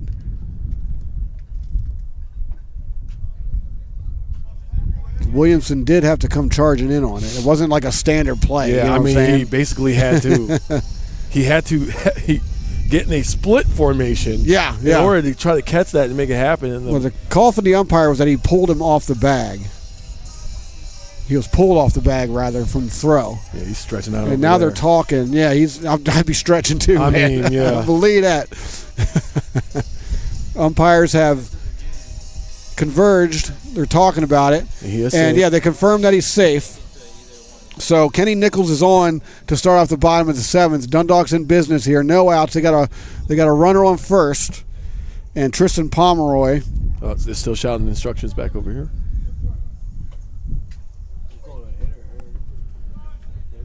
Trying to find out what's going on here. Did you guys catch what's going on? Yeah, Oh, there is a pinch runner. Okay, so we got a pinch runner. So 28's coming in. 28, that would be, if you give me 1 second. Yeah.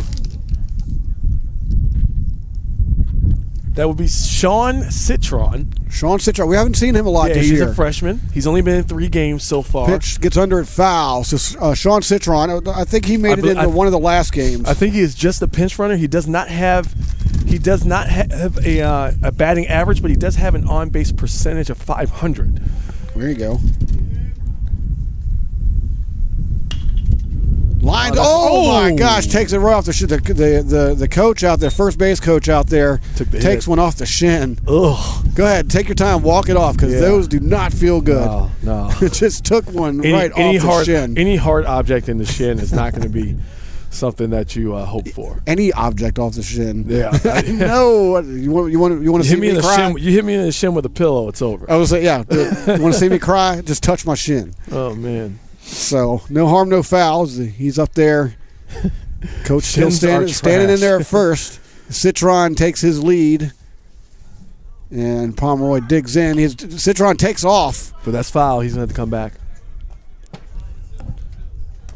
Yeah, hit the roof of the athletic center and rolled off. Now a fan is going to grab it. There you go. They're not going to keep it. I was going to say, stick that ball in your purse and just bring that back over here. Roll off. Pomeroy digs back in. Still no 2. Citron stays put, foul to the right. Ben Hall's on deck.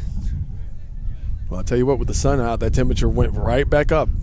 Yeah, immediately. You can feel it. Yeah. You feel those glorious sun rays. I wouldn't have been surprised if it started snowing, to be honest. I know. That's what I was waiting for. Fires to first. Citron gets back. Diving back.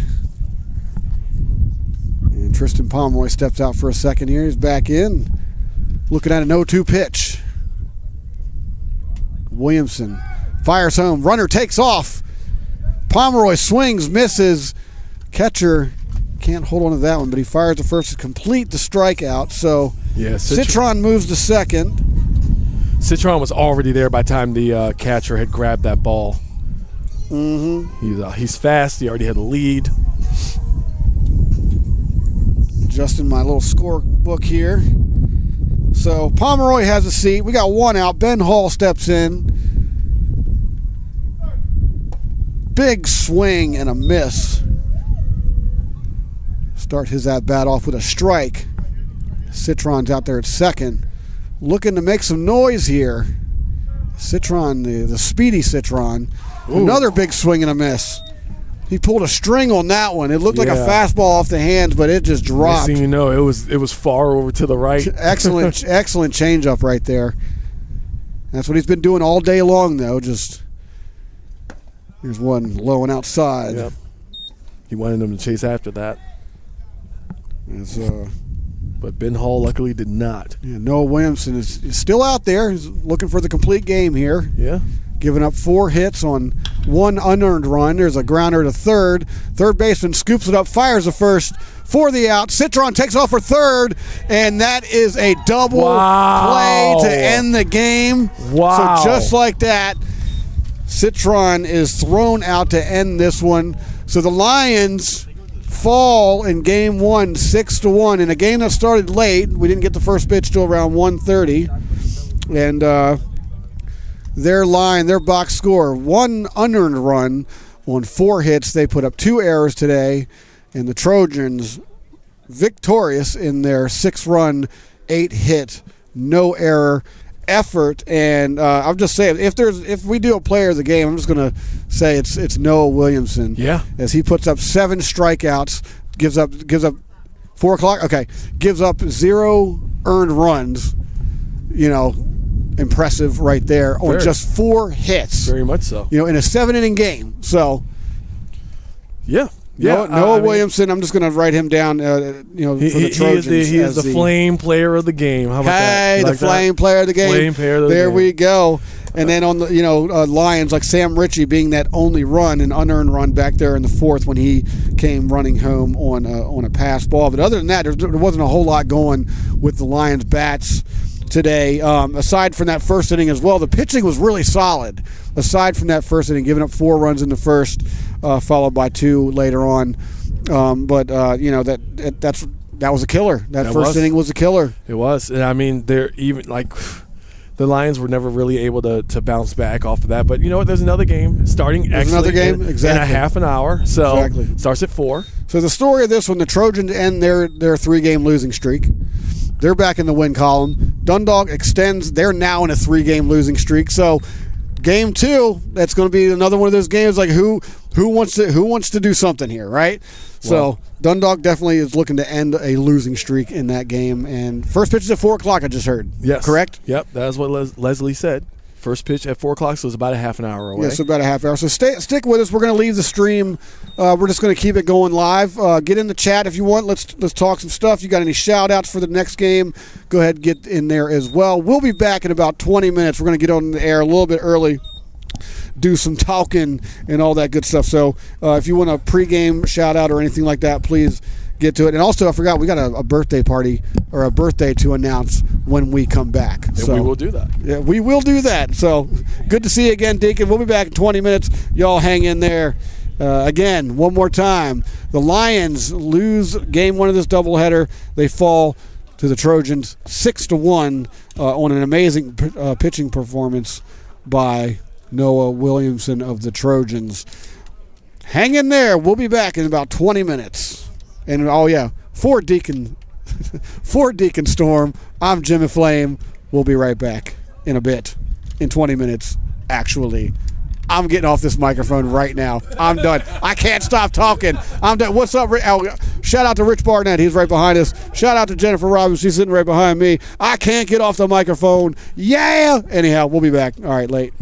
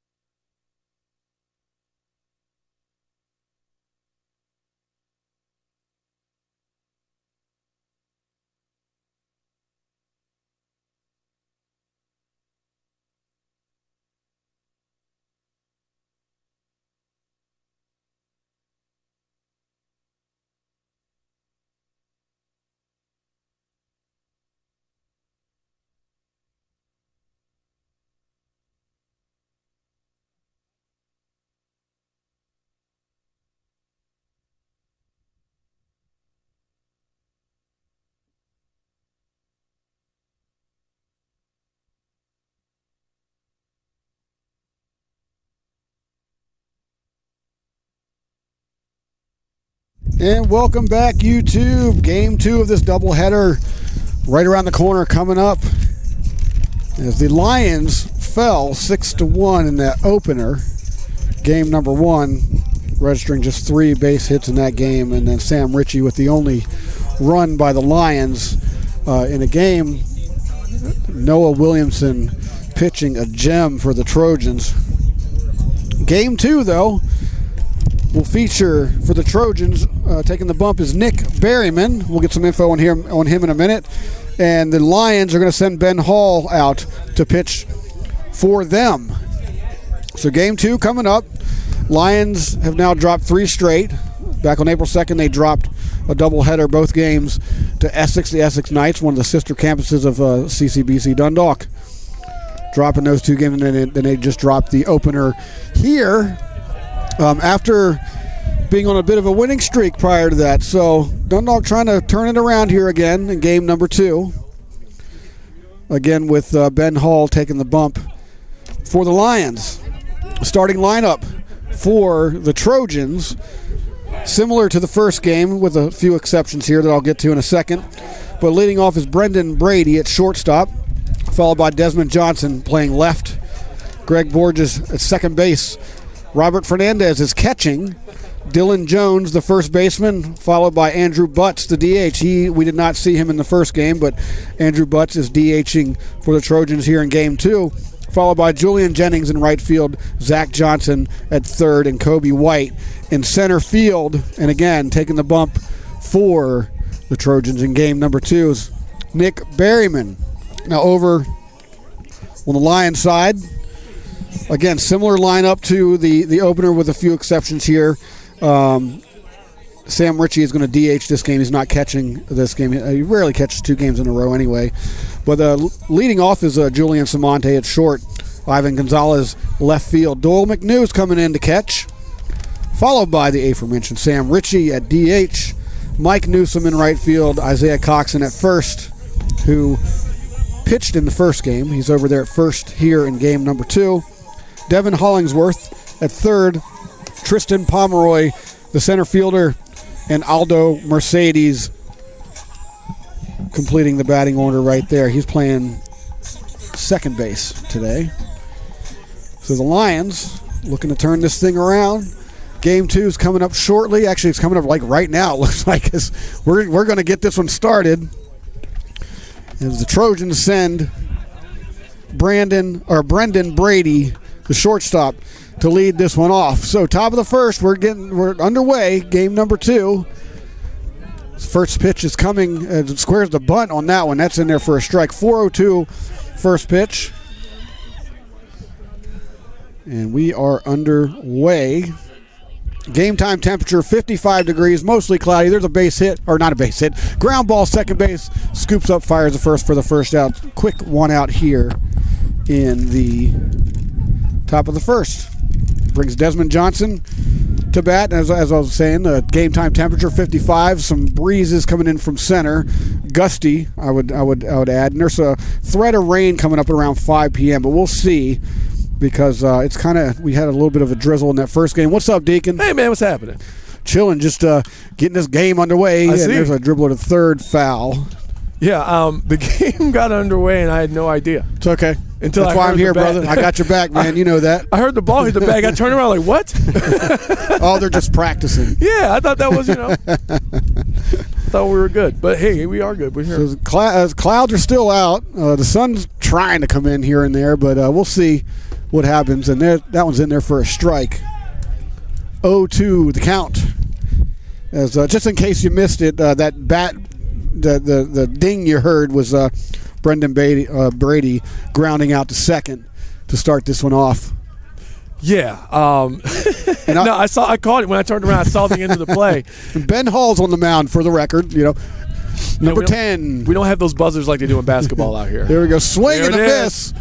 And he's going to tag him to Doyle McNew pops up and tags the batter to complete the out. So that's a K registered, out number 2 for the Lions. I'll tell you what, this is a much better start this game than it was the last. Yeah, well, that was the killer in the first game, giving up 4 runs in the first. They were never able to really get their wits about them after that, and that's pretty much the story of that game, along with Noah Williamson's just stellar no earned run performance. Only giving up 3 hits in that one, and that's one of those games that you put in the scrapbook, for him. So there's a strike right there. 1-1 to Greg Borges, the second baseman for the Trojans, as Ben Hall's off to a really good start here. Gets under that one, fly to center field. Center fielder's right under it. Boom. Makes the catch, and that's it. 1, 2, 3, nothing doing in the top of the first. We go to the bottom of the first. Nothing. We'll be right back.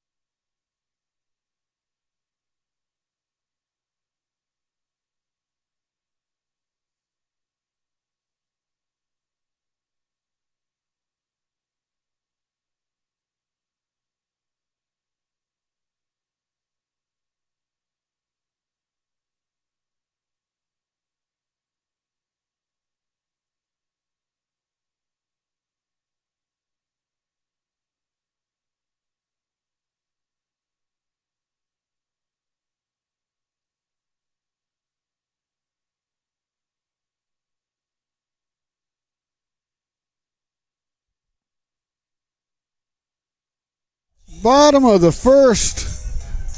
Nothing going in the top half. It was a 3 up, 3 down inning for the Lions. And leading off for this one for the Lions, Julian Samonte, the shortstop. He struck out 3 times in that first game. He's definitely wanting to turn this one around. Yeah, sometimes you just need that hard reset, 30-minute break, get off the field, kind of get your bearings back, and hope that you can come back on this game. That's the advantage of having a doubleheader. You're playing twice. If you have a bad game first, you can kind of clean things up, figure out what's going on. Plus, you get a different pitcher, so you never shrug it off and play away. It's a 1-1 count now. The first pitch caught the outside corner for a strike, and this one doesn't catch anything. It's a ball. So 1-1 to Julian Samonte. Start this one off. Yeah, Dundalk's definitely looking to turn their fortunes around in this one. Yeah, they started to pick up things pretty good in like the last 3 innings of the game. They couldn't score. They couldn't quite. Minus that one run. They couldn't quite get the hit when they needed it. Yeah. I mean, they had runners on. I mean, they were in it. Low and outside in the dirt.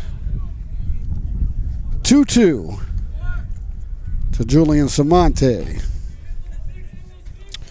But yeah, striking out 3 times, that's got to be rough, especially for your leadoff guy. You don't need that. I mean, it's one thing to just get out, have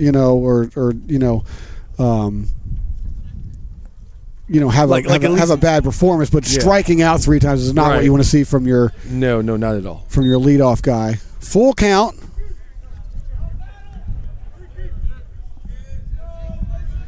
Here to start this one. On the bump once again for the Trojans, Nick Berryman. See if we can have just as impressive of a high and outside. He loses him, so Dundalk right there. Yep. Leadoff man is aboard over there in first. The speedy Julian Samonte trots down to first. And that brings Ivan Gonzalez. We didn't see him in the last game to the plate. He's playing left field in this one. He bats left-handed. Fun guy to watch, that's for sure. Very sure, yeah. Gonzalez digs in. And Samonte slow to take his lead, but there he goes. And there's a curveball. Doesn't make it. Doesn't drop in there. 1-0. Gonzalez looking that one all the way in. Gonzalez has some wheels too. Last I checked, he was the team leader in stolen bases. Inside. Calling it a strike, though. Yeah, I've seen him in action stealing these bases, and I mean, sometimes like the pitcher and the catcher, they don't know what to do. Right. By the time he takes off, it's like, all right, well, he's gone. The last pitch was one of those 3D strikes. It starts on the outside, or starts out and then makes its way in. Strike right there. 1 ball and 2 strikes to Ivan Gonzalez. Mm-hmm. Samonte, you're still sniffling, huh? Yeah. I sat inside for 30 minutes. That wasn't enough. Right. High and outside. 2-2. Game 2 underway. Bottom of the first here. Nothing going so far. It's all zeros up there. Samonte takes a nice, hefty lead. Fires in. Oh, he chased low that and inside. one. He's off. Fires to second, and he's going to get in. He's under the tag, or rather, the shortstop jumped over top of him, and Samonte was able to get under that one. So that's a stolen base for him. Yeah, he jumped over him to secure that catch, because if he didn't do that, that ball was going out in the center field. Yeah, and he's likely, and the center fielder was not moving in, so he's likely to get to third on that. So good heads-up play there. But at the end of the day, Samonte's over there at second with no outs. Full count to Ivan Gonzalez. Right here, Samonte's lead. Fires home, and he loses him. Ball 4. So that's 2 walks in a row to start this one off. Yeah, this is definitely a much different look than what we saw in the last game coming from the pitchers mound of the Trojans. Oh, yeah, a lot of patience there. We did see a lot of 3-2 counts in that first game. We did. This is a little bit different, though. We're not, at least in terms of these first 2 batters, they're not chasing those balls that they normally might chase. And that brings Doyle McNew, who is catching today. He's relieving Sam Ritchie for that catcher spot. They switch on and off with that position. And speaking of Sam Ritchie, he's on deck. And we got runners at first and second with no outs for Doyle McNew here, looking to make some noise early here in the bottom of the first. Well, let me go back to what you said about the full counts. Sure. The reason why it looks different is because a lot of those full counts happened where there were 3 balls in and then almost 3 strikes immediately. Yeah, very true. Very true. That's a good point. This is a little bit different. Exactly. Ball's in the dirt there for a ball. So McNew looks that one in. Ball 1.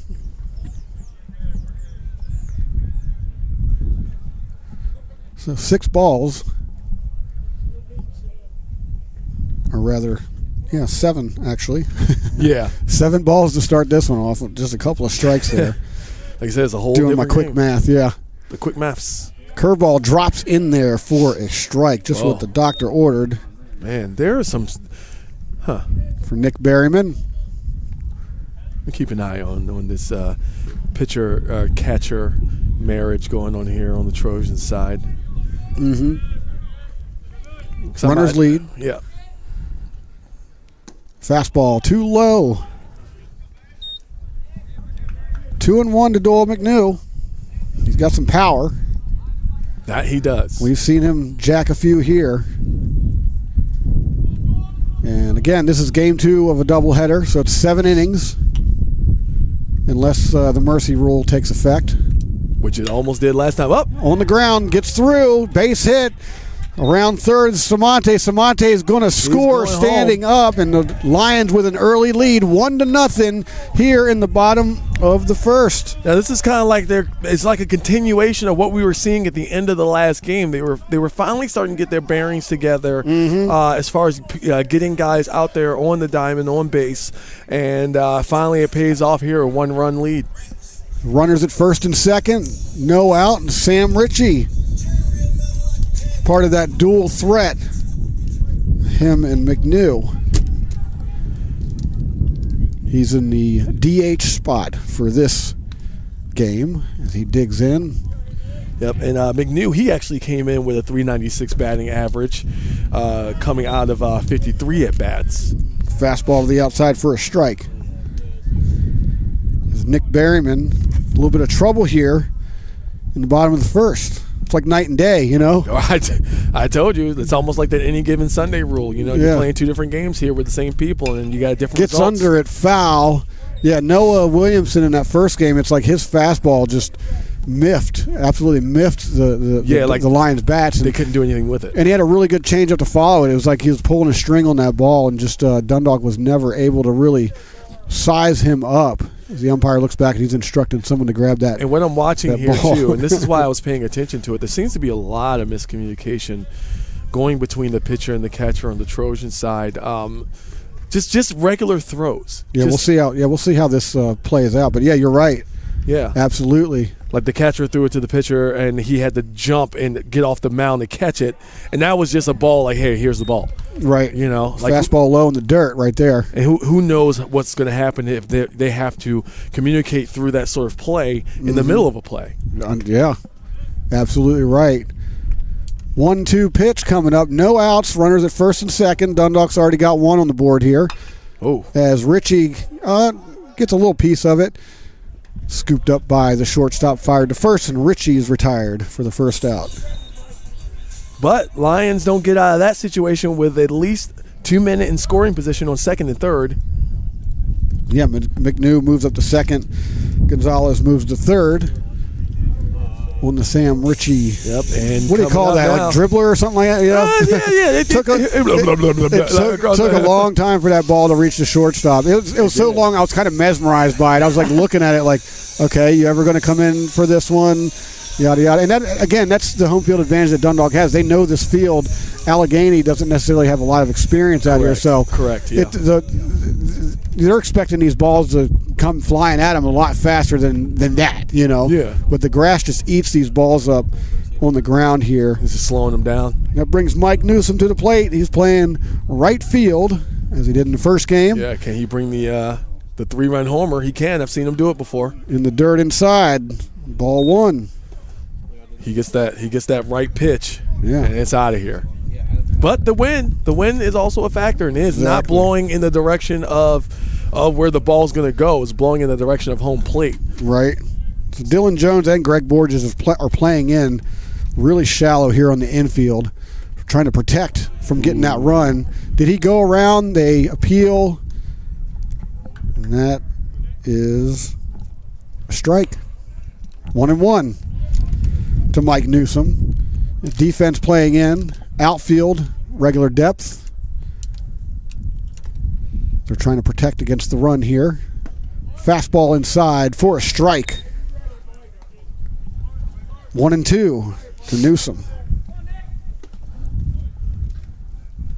And I'm actually surprised that the infield hasn't dropped back yet, being 2 strikes in this count here. And hits it on the ground to first, but that's way foul. Yeah, he was looking to get that out of here. Count remains 1-2. When I think the best bet right now today is just hit it at the ground and hope for the best. Right. Greg Borges is coming in even closer over there at second. He is on the grass now. Everyone's on the grass in the infield. Here's the pitch way inside. He hits him. Newsom's going to take a base there. That loads him up with 1 out.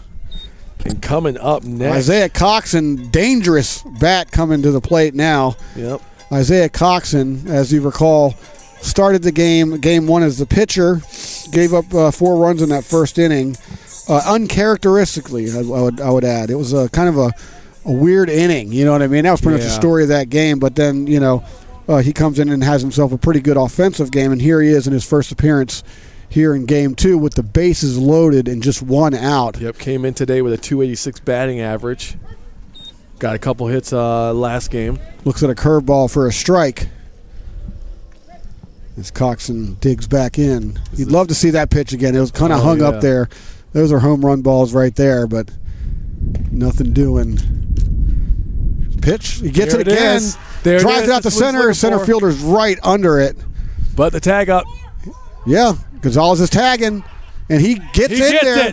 And now we got a man advancing to third and second. So what a play there. What a turn of events there. So we got an F8. Got that sacrifice fly. On the sack. Yeah, exactly. And then Gonzalez scores on the play, making it 2-0 Lions here in the bottom of the first. So the Lions in business. McNew moves to third, and Newsom moves up to second, and we've got 2 outs with Devin Hollingsworth playing third base coming up. 30 at-bats, 100 batting average. So let's do the math real quick. 30, I was trying. Basically 10% of 30 is 3, so he's got 3 hits. All right. Let's see if that... On the ground. You are 100% right. It was right here on the paper. Because I'm a math whiz, man. I am not. He also has 1 run off of one of those. I'm surprised because it's funny. Like Devin Hollingsworth is one of them players. Like he always seems to be in the middle of all the offensive onslaughts. Like we say his name a lot. And and I'm kind of like I'm a little miffed that he's only got 3 hits. But hey, facts are facts, right? Yeah. In there for a strike. The numbers don't lie, Jimmy. Sometimes they do, though. I mean, because they're clearly lying right here. He definitely feels like more than a 100 hitter, but whatever. Besides the point, we're looking at a 1-1 pitch here. Runners at second and third, 2 out. Dundalk's already put up a 2-piece here, and that curveball does not fall in. Ball 2. It started really high too, but it just never made it down to where he wanted it. Yeah, and that's kind of how you want to throw a curveball in that situation anyway. Start at the shoulders and hopefully it breaks inside. That one just never broke. It came in more like a 12-6, you know. Mm-hmm. Here comes a pitch. Gets under it, center field. It's popped up. Under it for the out. Making the catch. That's also another F8. Back-to-back F8s. And that's going to end the inning. To end this one. So Dundalk puts up 2 on 1 hit, no errors. Dundalk leads 2-0. Top of the second, coming right up. We'll be right back.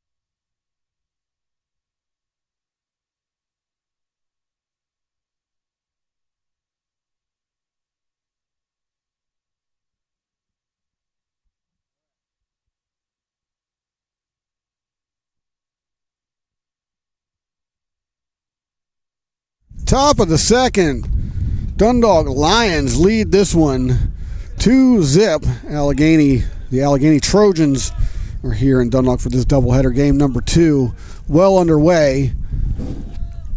Here's the first pitch outside to Robert Fernandez in his first appearance in game 2.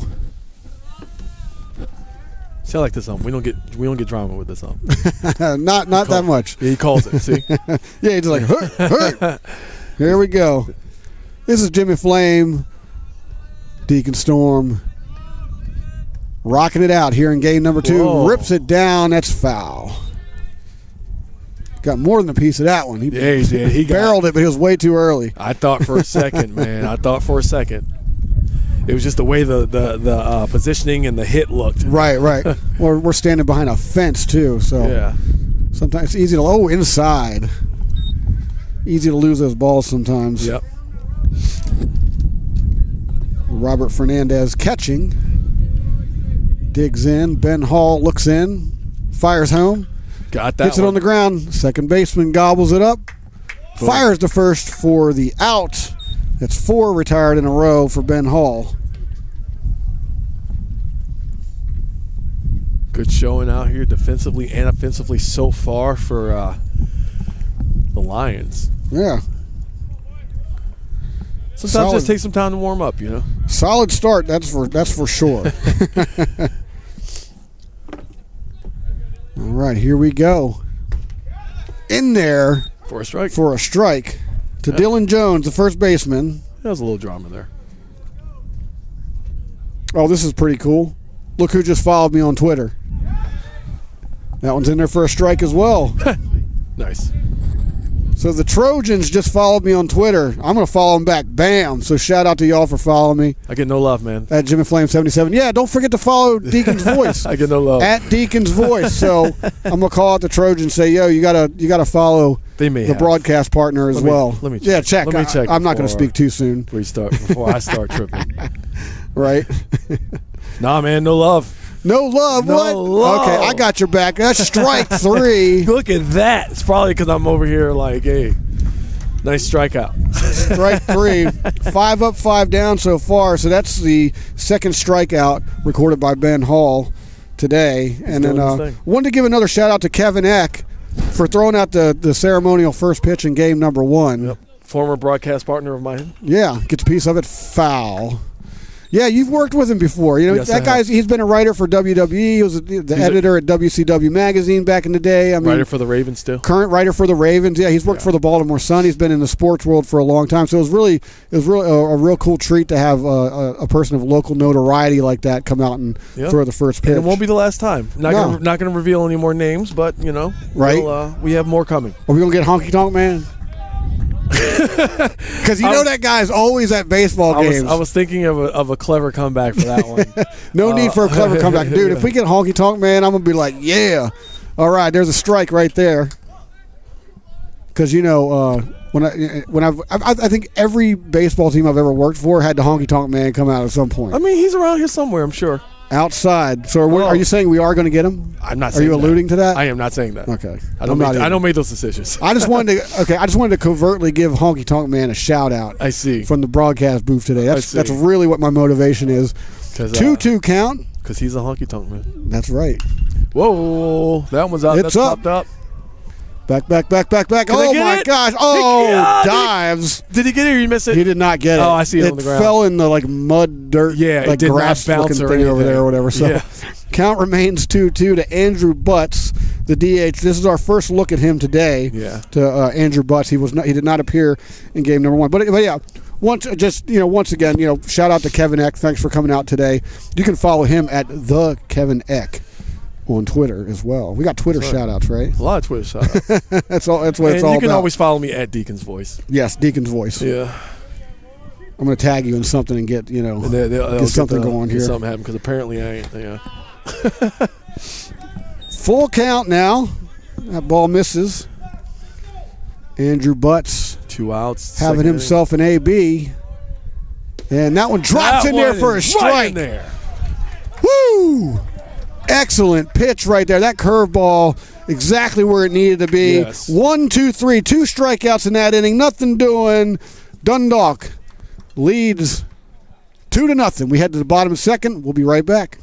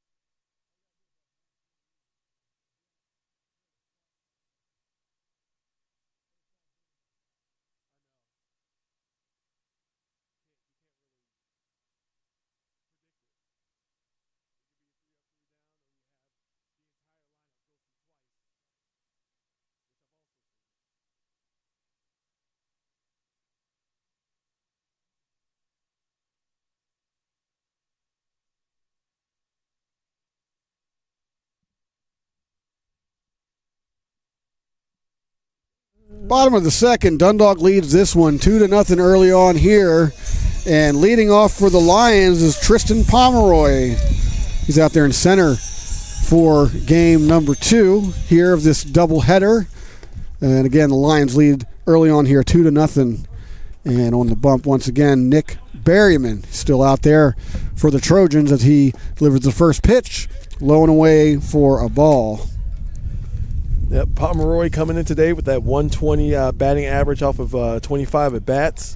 He's another one, like, you look at the numbers and it's like, no, that can't be right, because he's always in the middle, Whoa! High fly ball, center fielder coming in, and he's under it for the out. Yeah, he got that square. He got that real square. Just under it, though. Just under it. But that wind is still blowing, too, and it's still blowing in the direction of home plate. It's coming directly at us. It's weird because usually the wind is coming from left field in, you know what I mean? Yeah. So you can get, like, a lot of those away. Like, if you're a right-handed batter and you chip it away, like, the wind can take it away from the fielders and yada, yada, yada. And you know what I mean? And it's good. Yeah. But with the wind coming in straight from center field, that's really good. There's a ground ball, shortstop, waits for it, scoops it up, fires over to first. That one kind of plopped up a little bit. It was like,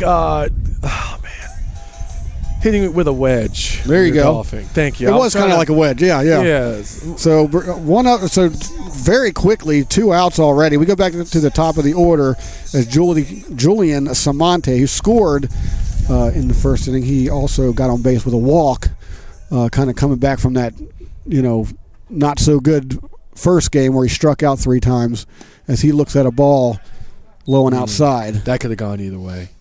It was a little low. It was way too low. It was way too low? No way. Maybe from my angle, it didn't look that low. But I am behind home plate, like pretty far behind it. Here's the delivery. Inside, rips it down the right or the left field line. It's fair. Umpire called it fair. He's rounding first, digging into second. He slides. Caught him out. Yeah. Wow. He was out. Yeah. Wow. So what looked like, he's going to get the base hit, but thrown out at second there.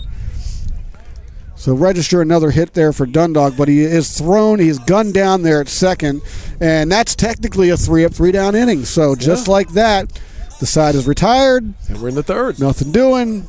Dundalk leads 2-0. We head to the top of the third. We'll be right back.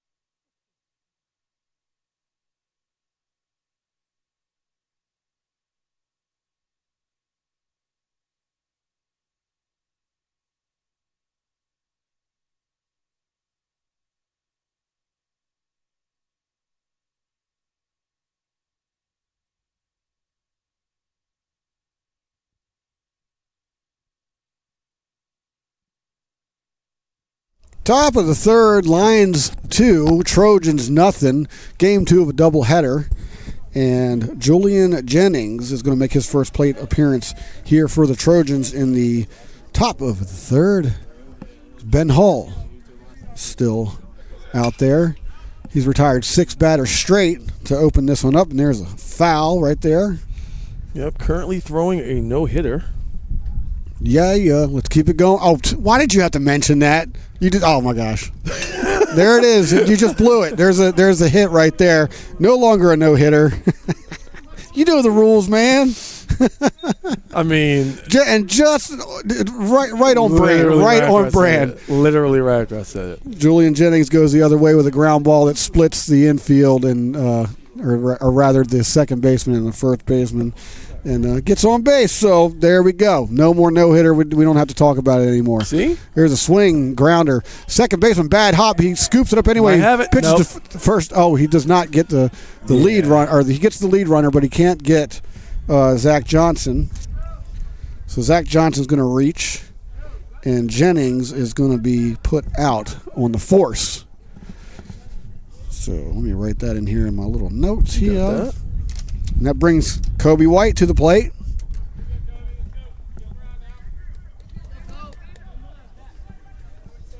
So again, not looking at a no-hitter anymore. No. But in the future, don't do that. Don't do that.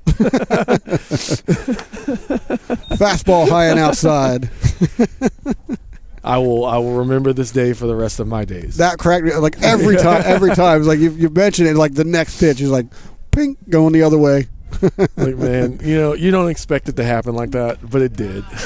In there for a strike. So Kobe White's behind 0-2, or 1-1. I'm sorry, I thought they called that first pitch a strike. Let me adjust that. So it's 1-1 to Kobe White, who's out in the center field. Game 2, fires over to first. Nothing doing over there. Yeah, he wasn't that far away from the first base bag. Right. I think he took 2 steps and he was already there before the ball even left Ben Hall's hands. Keeping him honest, though. Yeah. Flick it over there once in a while. Nothing wrong with that. As Hall looks home, fires it on the ground. First base, hops over the first baseman. There's that infield condition. And Johnson's going to move over to third. Well, that one. First base, he had it, but instead of it hitting his glove, it hit his wrist, and it bounced right off of it, right over his head. Exactly. We'll see how they score that. It looks like they're going to score as a base hit. So White's on with a hit.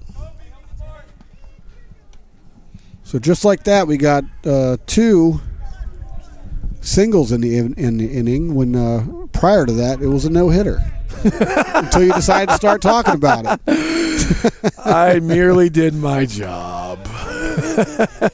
Too high for a ball. So we're back to the top of the order. Brendan Brady, shortstop, grounded out to second back there in the first inning.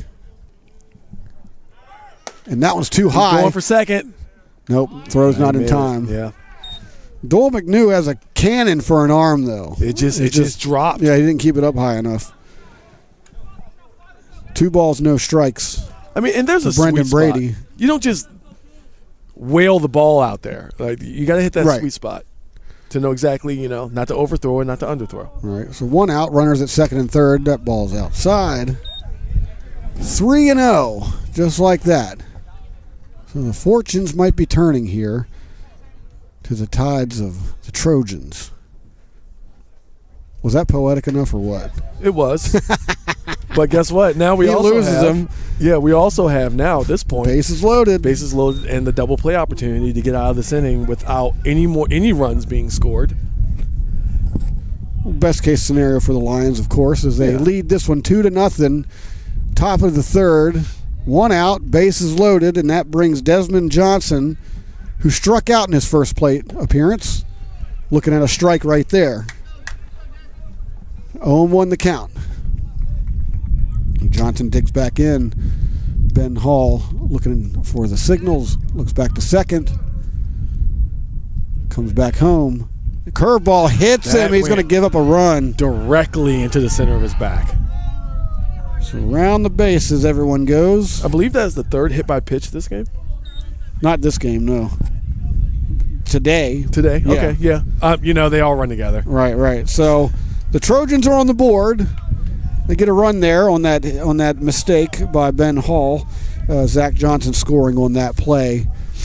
And credit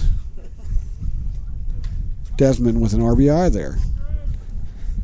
So Greg Borges steps up, who had himself a heck of a first game, but went down back in the first inning. Rips it to short, to his hand. Picks it up.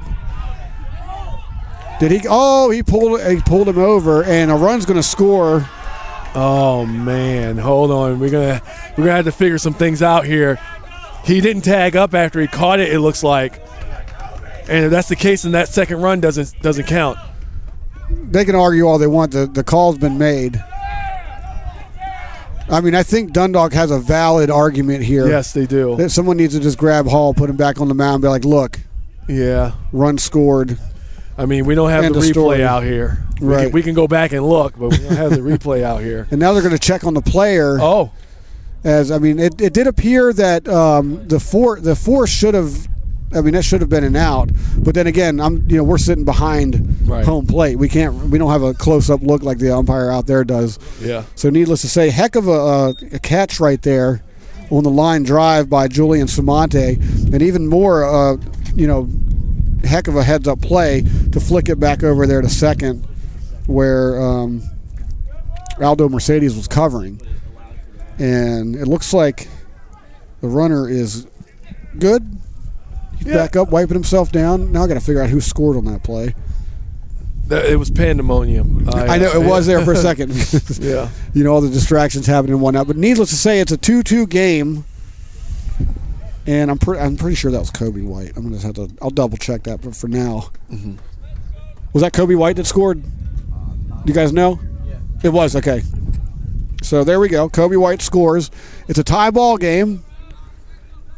And Ben Hall looks in.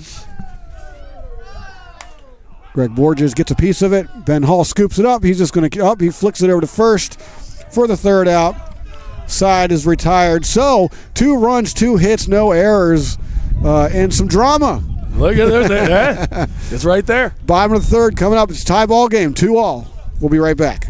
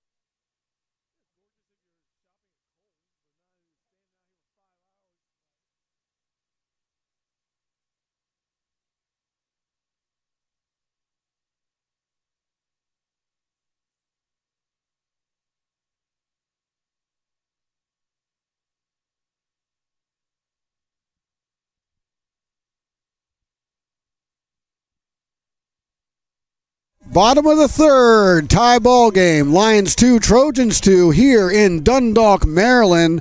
Game 2 of this doubleheader.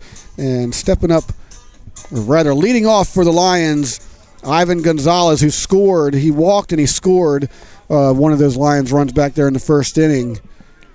I wanted to ask him what he's writing in the dirt.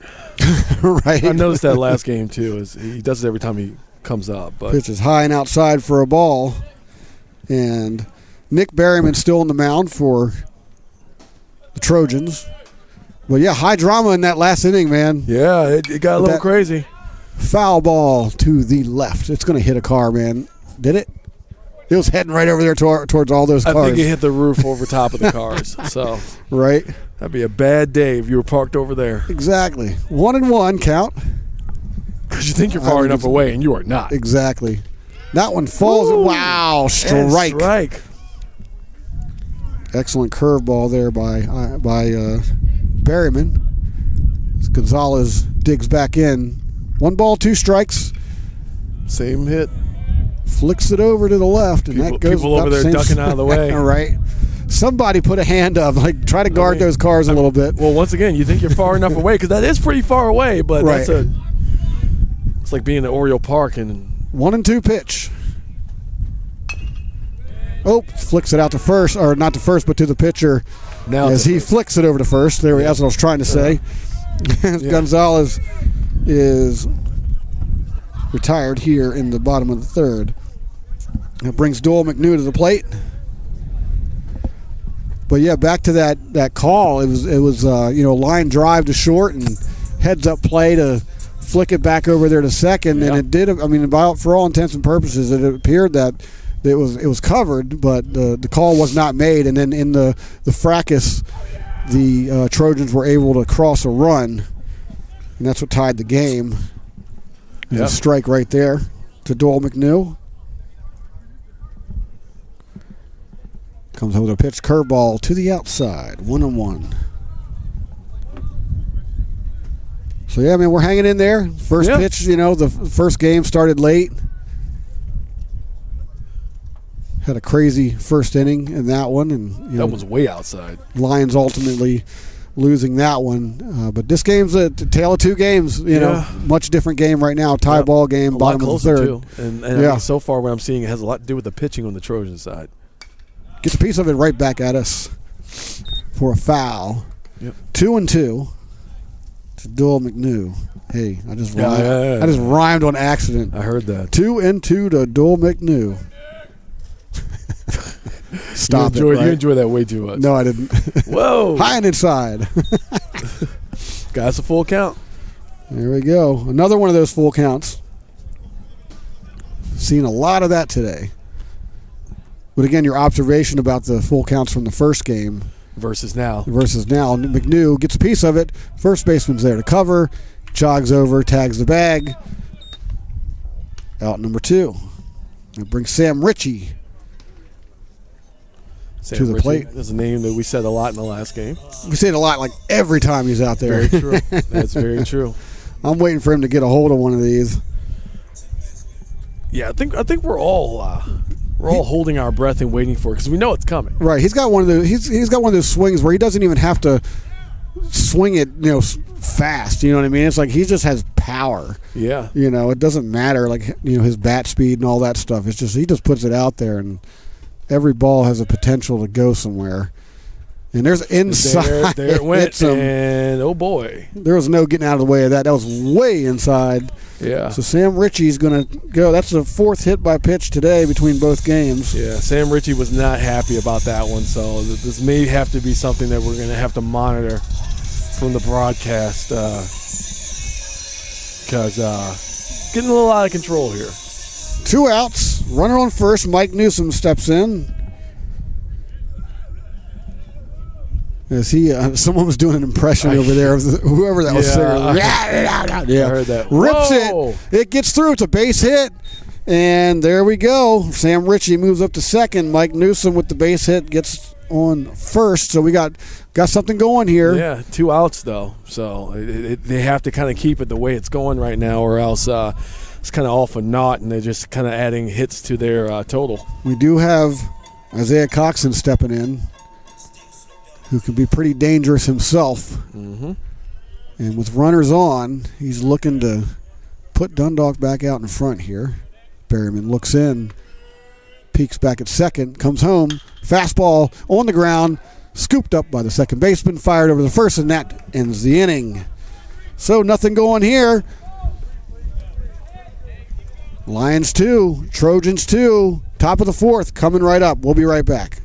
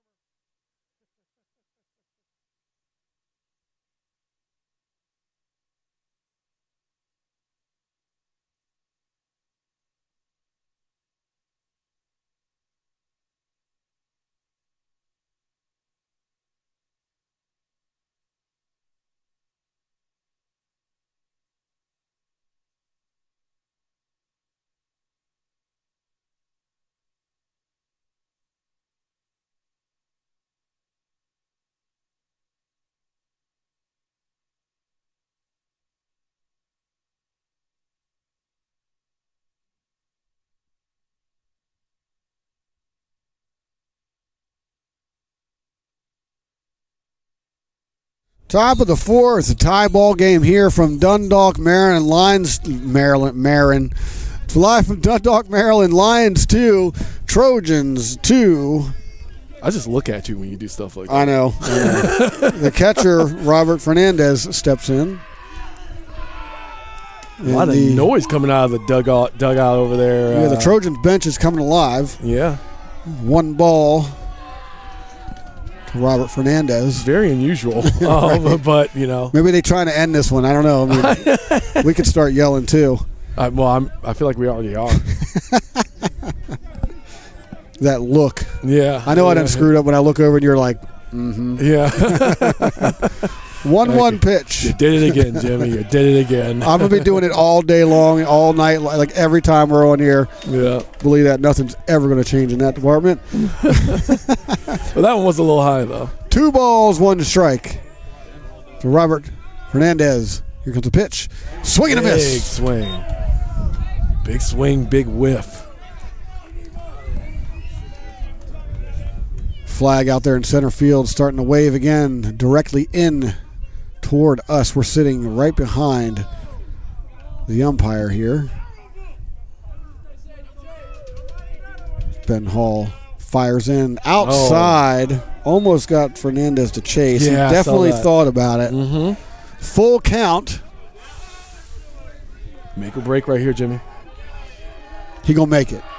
That's my prediction. Oh, gets under it, pops pop up though. McNew throws off the mask. Ben Hall. Oh, the first baseman comes running over, makes the catch. It's kind of like, where is it at? Who's going to get this one? Yeah, I always do get nervous when I see more than three or more people running after the same ball. Exactly. I still have memories from when I was a kid. The '88 Orioles, like all those highlights of all the players running into each other and all that stuff. Yeah. Anyway, we're not going to talk about that. I'm just silently shaking my head. Speaking of which, Orioles home openers Monday. I got season tickets, baby. Hey, I'm going to be there. You got to be there for that. I can't wait for that. I'm really looking forward to that. Nice. And there's a strike right there to Dylan Jones. I will not be there, but I will be watching. There you go. Dylan Jones struck out back in the second in his only plate appearance of the day, or of game 2, rather. Inside, 1-1. Yeah, I'm really looking forward to it. I've had it marked on my calendar ever since the announcement was finally made. Yep. A month ago or whatever, that the Major League Baseball had reached an agreement. There's a ground ball, shortstop diving, stopped it, the first time? fires it over, not in time. No. So Jones is on. It's a great catch though, but great catch and a great stop. Unfortunately, not able to get it all the way over to first base. Infield base hit for Dylan Jones. But yeah, right when it was announced that the agreement was made between the players and Major League Baseball, I was like, when's opening day? Yes. Yeah. Give me that ticket. Because when you're a season ticket holder, they give you first dibs on all that stuff. Oh, yeah. So I mean, remember that? Yeah. Gets under it. Deep fly ball. Right fielder is under it for the catch. And he is retired. So Andrew Butts, the DH, flies out to right. Yeah, I will actually be at a local bar called Roman's Place watching the game. Where are you going to be at? It's called Roman's Place. It's in Patterson Park. Just reopened. Oh, okay. Just had their soft opening yesterday, and their grand opening is coming, but they will be open for opening day. And I can tell you, right, if it's anything like it was yesterday, it's going to be packed in there. So, strike 1 to Julian Jennings. He singled his first time up, and that was just last inning. Yeah. They're barking on the Dundalk side. Everyone's come alive now. Let's do it. Yeah, Dundalk's like, we're not going to let you make all this noise in our house, and they started making noise too. Nice little crowd here today, by the way. The whole sidewalk is lined up with fans on the Lions side, and there's quite a few people sitting over there behind the dugout of the Trojans. So you got to love seeing the people come out and supporting these. We love having these you ball here. Players. We love having you here. No balls, 2 strikes. To Julian Jennings. Ben Hall fires home. Curveball gets under it. Pop fly. Left fielder coming in. Oh, shortstop backs up for the catch. And that is a nice catch by Julian Samonte to retire the side. So nothing doing here. It's still a tie ball game. 2-2 as we go to the bottom of the 4th. We'll be right back.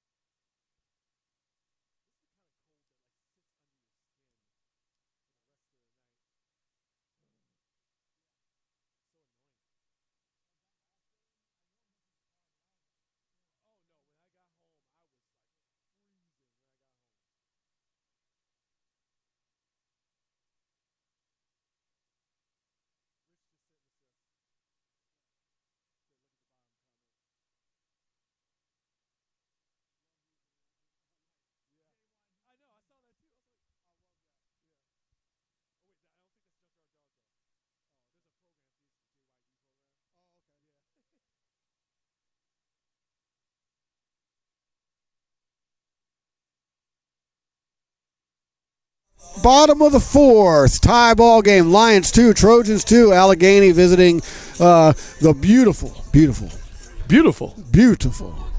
city of Dundalk, Maryland, here on this fine afternoon. Game 2 of the doubleheader. Whoa! And he gets under it.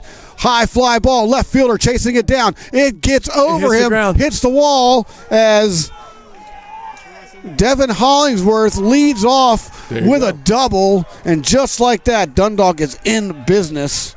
Guess what? Added to the stats. That's his 4th hit this season.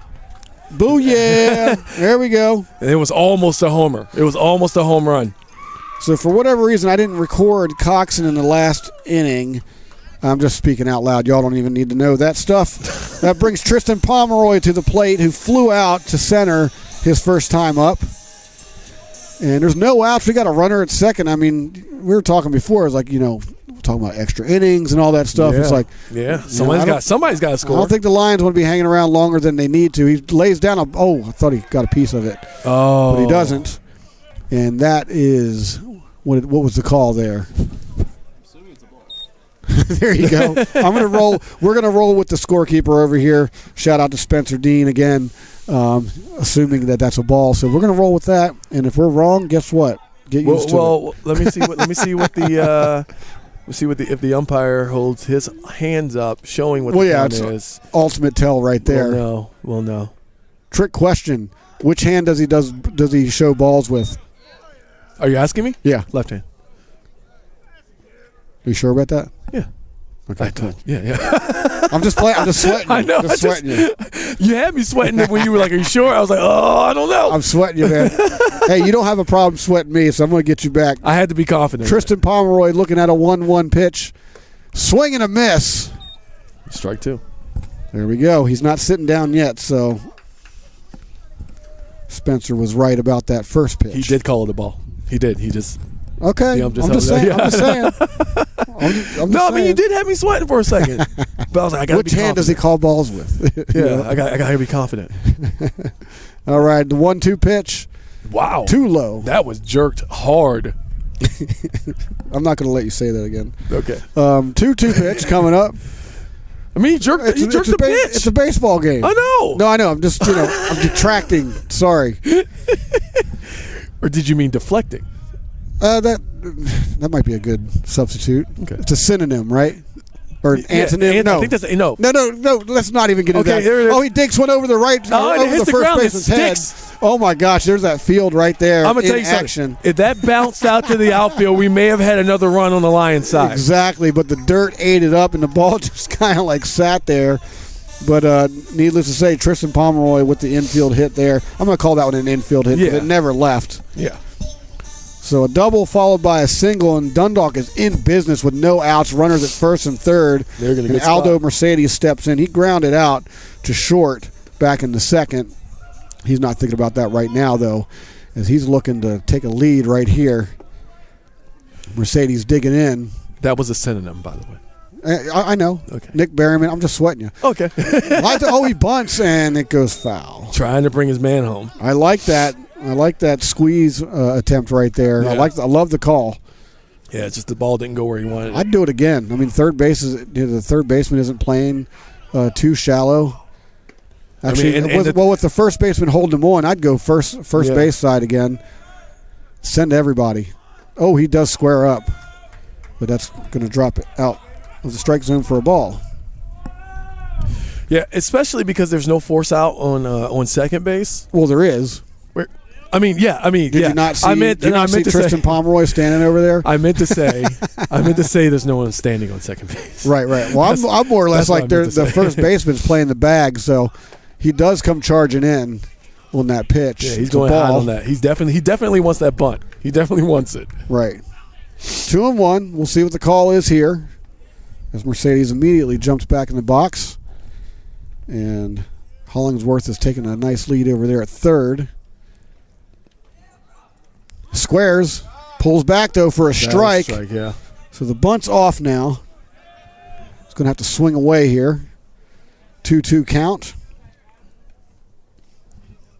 I like the call though. I like that they have the guts to, call for a squeeze there. But that one falls in for a strike 3.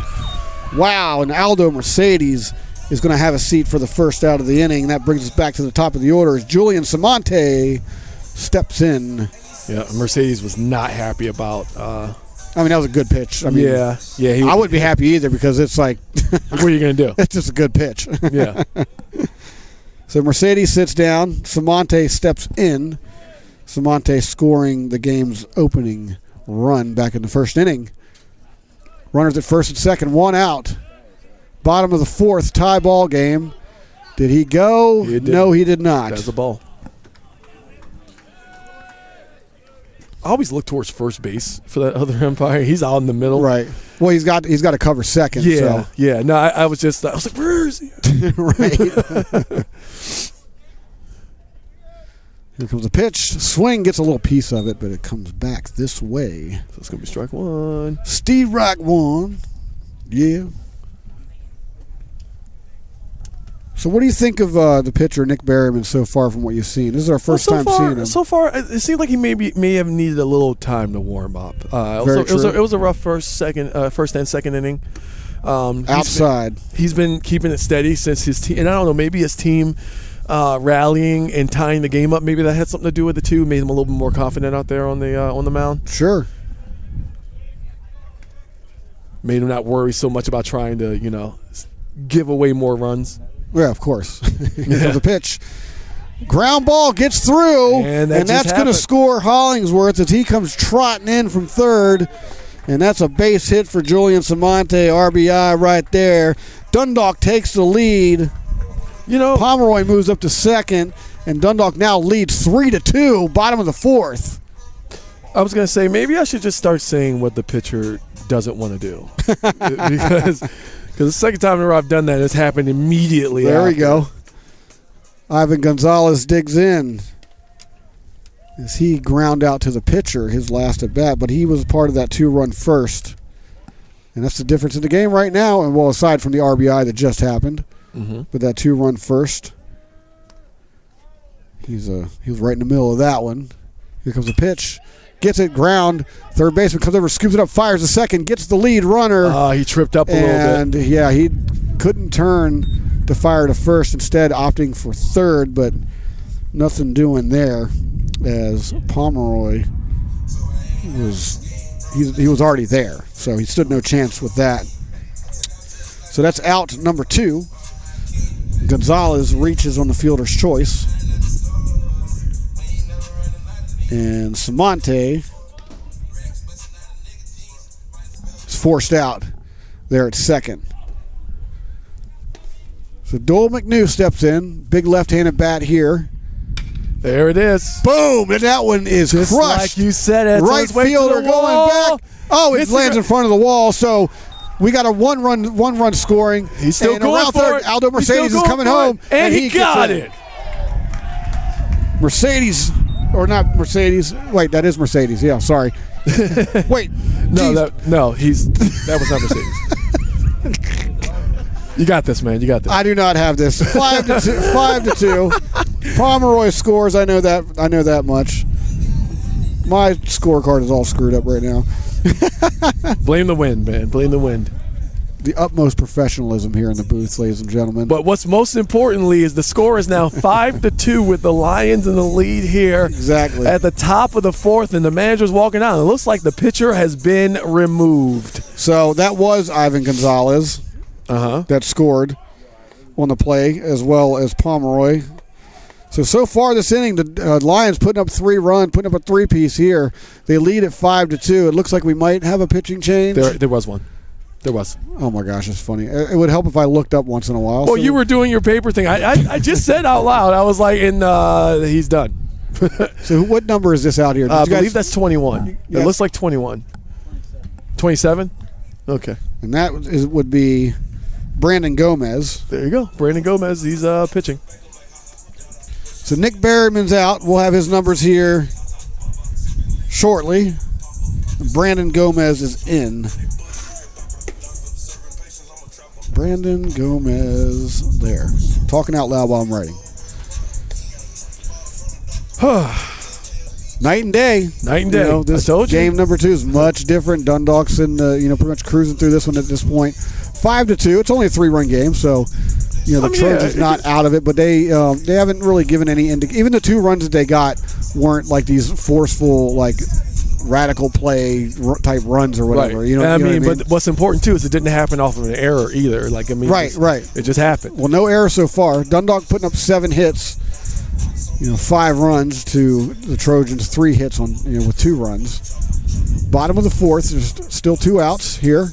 Runner on second as Brandon Gomez warms up here. Please tell me that's the right one. Okay, gotcha. So if he turns around and there's a 21 there, I'm going to feel dejected once again. Feel vindicated. So Sam Ritchie steps up to the plate. He was hit by a pitch his last plate appearance. Stretch. Fires home, gets under one. Oh. Fly ball to first. And caught. And that puts him away. So Sam Ritchie records a 3rd out here.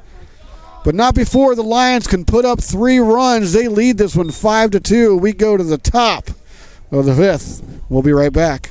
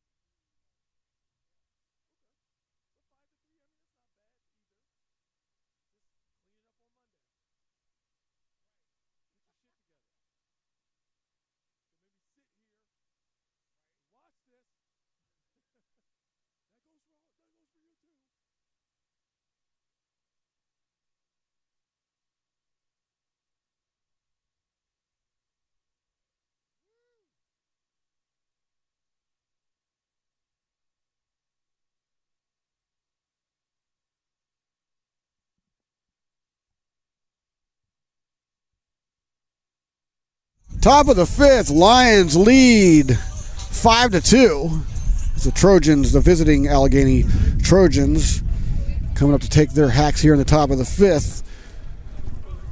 Led off by Zach Johnson, who scored his last time around in that 2-run 3rd inning. As he steps in from the left side, gets under one, pop fly ball, left fielder, or shortstop's under it, rather. Got it. Yeah, he tripped up a little bit. Looking a little scary for a second, but he got his footing back and was able to catch that. Gotta love writing the F6 in the scorebook here.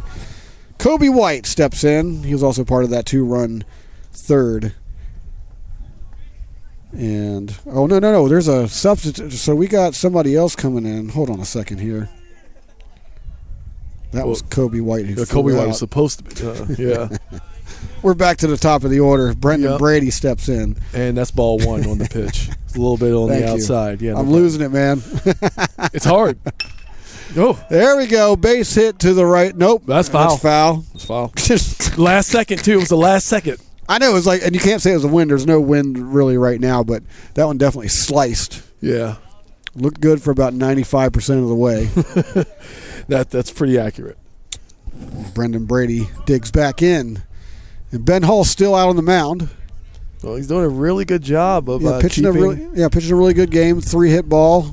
Just giving up 2 runs here. And it's a ground ball, third base. Catches it on hop, but he loses it. Drops the ball, and Brendan Brady is going to reach on an error. He had it slipped right out of his hands. I mean, these balls get, they hit the ground. The ground's still wet. The ground's still moist. Exactly. And it hit the grass first, and, I mean, sometimes that's all it takes. Yep. I mean, he played it right over there at third. Yeah. So that error is going to go to Devin Hollingsworth. He played it right, but, as you said, I mean, the ball bouncing out of the grass like that, wet ball, Yeah. C'est la vie. Gets under that one. Fly ball, center fielder tracks it. Makes the catch. And that was Tristan Pomeroy. Going back to first base. With the F8 there. Yeah. That would have been the end of the inning, but either way, still have 2 outs, so it's not looking too bad. Ben Hall still pitching very well. Probably one of the better pitchers on the Lions. Greg Borges steps in. Ground ball up the middle for a base hit. Runner around second, heading to third. He's going to get in there standing up. Or no, he's head first slides. He didn't need to. Yeah, he didn't need to slide, but you know. So Borges gets on with a single. And your tying run is now at the plate. Yep, Brady makes his way around to third. So we got runners at first and third here in the top of the fifth with 2 outs. Robert Fernandez digs in. Ben Hall looks in. McNew with the signs. Fires home. Hit. Scooped up by the shortstop. That's all you need. He just trots over there to second for the force out. And just like that, nothing doing. Dundalk leads this one 5-2. We go to the bottom of the fifth. We'll be right back.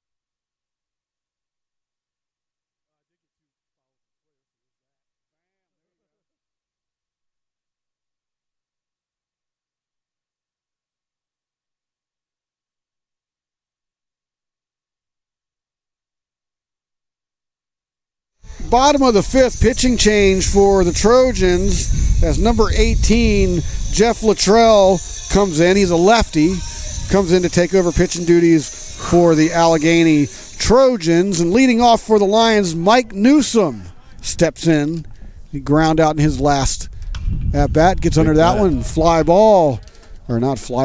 foul, falls in front of the Dundalk dugout over there. Very loud strike.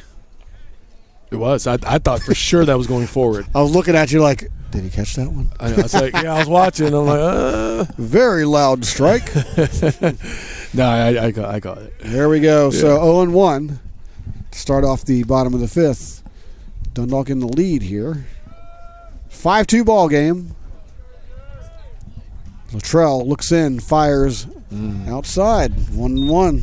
Yeah, I'm not really sure what happened with that one. It just kind of started and ended in like two totally different spots. Mm-hmm. Wind picking up from the right field, coming into. Oh, he gets hit by a pitch. That's the fifth hit by pitch on the day between both games. Well, I mean, at least that ball was only like going 30 miles an hour, right? Instead of, Well, watching Luttrell in the warm-ups, didn't have a whole lot of zip on his ball, but he's got some movement. So. Yeah. He definitely comes across to me as more of like a trick type pitcher. So we'll see how the Dundalk bats handle this, if they can respond to that or adjust. Here comes the pitch. Wow. Rocket right up the middle. Center fielder cannot get to it. So that's a base hit. Yeah. About as rock solid of a base hit as they come. Man. So Isaiah Coxon gets on, moves Mike Newsom up to second. register a base hit for Isaiah Coxon, and Devin Hollingsworth steps in.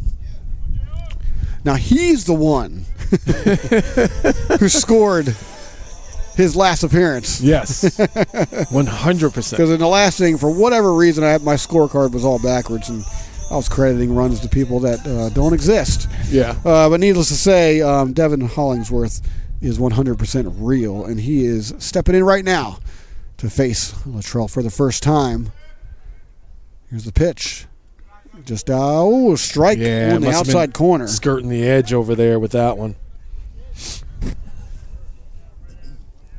Hollingsworth flew out to center in the first inning. He waits the pitch. Swing and a miss. And that was right down the middle, too.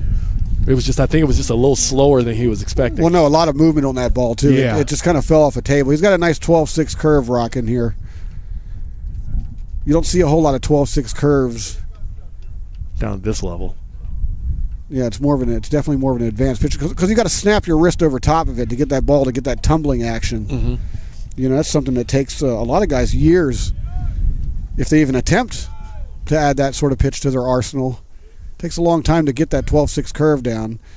And he gets under that one. Fly ball. It's going to hang up there, though. Left fielder charging in. Shortstop makes the catch, though. So. Yeah, that one kind of hung up there. Had the power at first, but once it got to that height where it was going to go, it was just going to stop. And I'm sure the wind that you're hearing right now on my microphone had a lot to do with that. Oh, it held it up there, that's for sure. Because off the bat, that ball's heading to left, right. And then the left fielder decided I need to charge in, rightfully so. But the shortstop backed up, made the catch. F6, out number one, and now Tristan Pomeroy is going to get a chance here. Swing and a miss. Yeah, that was a... His curveball's pretty filthy, man. I'm telling you, yeah. He's got a nice tumble to it. Pomeroy, he didn't seem like he committed to that swing. He did, but he kind of fell over swinging at it because, like I said, with his the bounce ball was off. Yeah. With the ball, the way it's breaking, it looks a lot faster coming in, and then it's too late before you can make up your mind, and I gets a little piece of that foul. 0-2. 1 out on the board. 2 men on base. So Jeff Luttrell off to a pretty good start here in his relief of Brandon Gomez.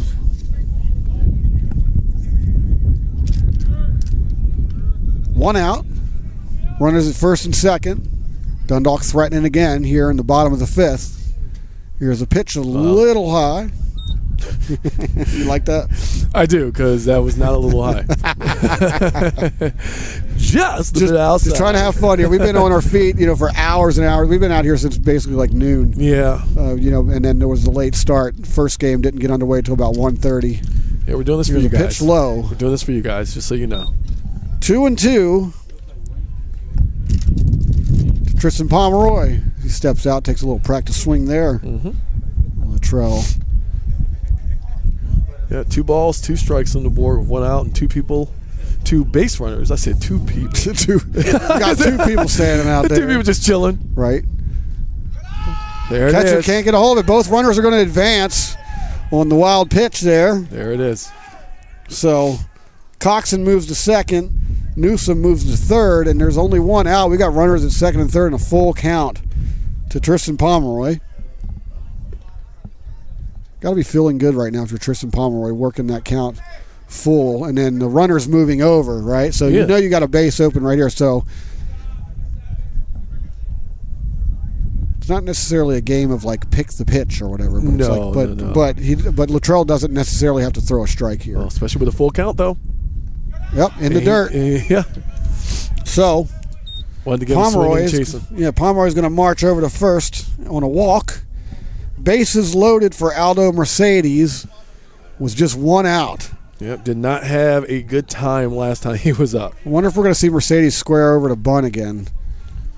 Wouldn't be surprised. It wouldn't be not necessarily a bunt type play, but But it could at least get a run in. Yeah, knowing how Dundalk likes to call their games. There's a ball on the ground to short. Shortstop picks it up, fires the second for 1 out, over to first. Oh! Which should have been a double play there, but the first baseman couldn't keep his hands, or he couldn't dig it out of the dirt. So Mike Newsom is going to score on the play. Dundalk now leads 6-2. They do get that runner at second, so Pomeroy is going to have a seat. And Mercedes is going to be standing over there at first. And who made it to third? Coxon is over at third. Dundalk puts another run on the board here in the bottom of the fifth. They now lead 6-2.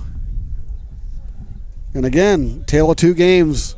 You know, that first game, they just couldn't quite put it together like they were doing it right now. Here's the pitch. Gets a piece of it. Ground ball, second base. Picks it up, scoops. Tosses over to the shortstop, covering second for the force out. So Dundalk puts up a run. They now lead 6-2. We head to the top of the sixth. Once again, Lions 6, Trojans 2. We'll be right back. One more.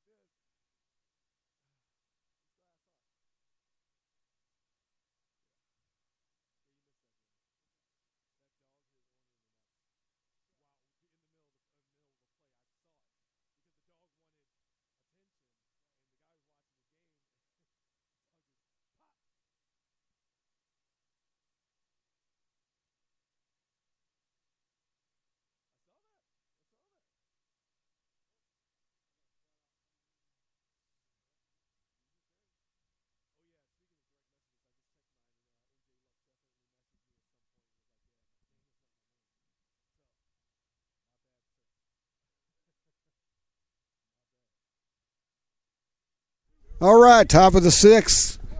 Lions 6, Trojans 2. Dundalk with the lead here late in this one. Here's a pitch to the outside. Ben Hall still in the game pitching. Still doing this thing. Yep, Dylan Jones digging in for Trojans. This game's just flying right by. It really is. There's a strike right there. 1-1. Well, I think in contrast to the last game, too, probably has something to do with it. I just got a direct message from Jack Murphy. Allegheny College of Maryland, right-hand pitcher back in 2004. There's a base hit up the middle.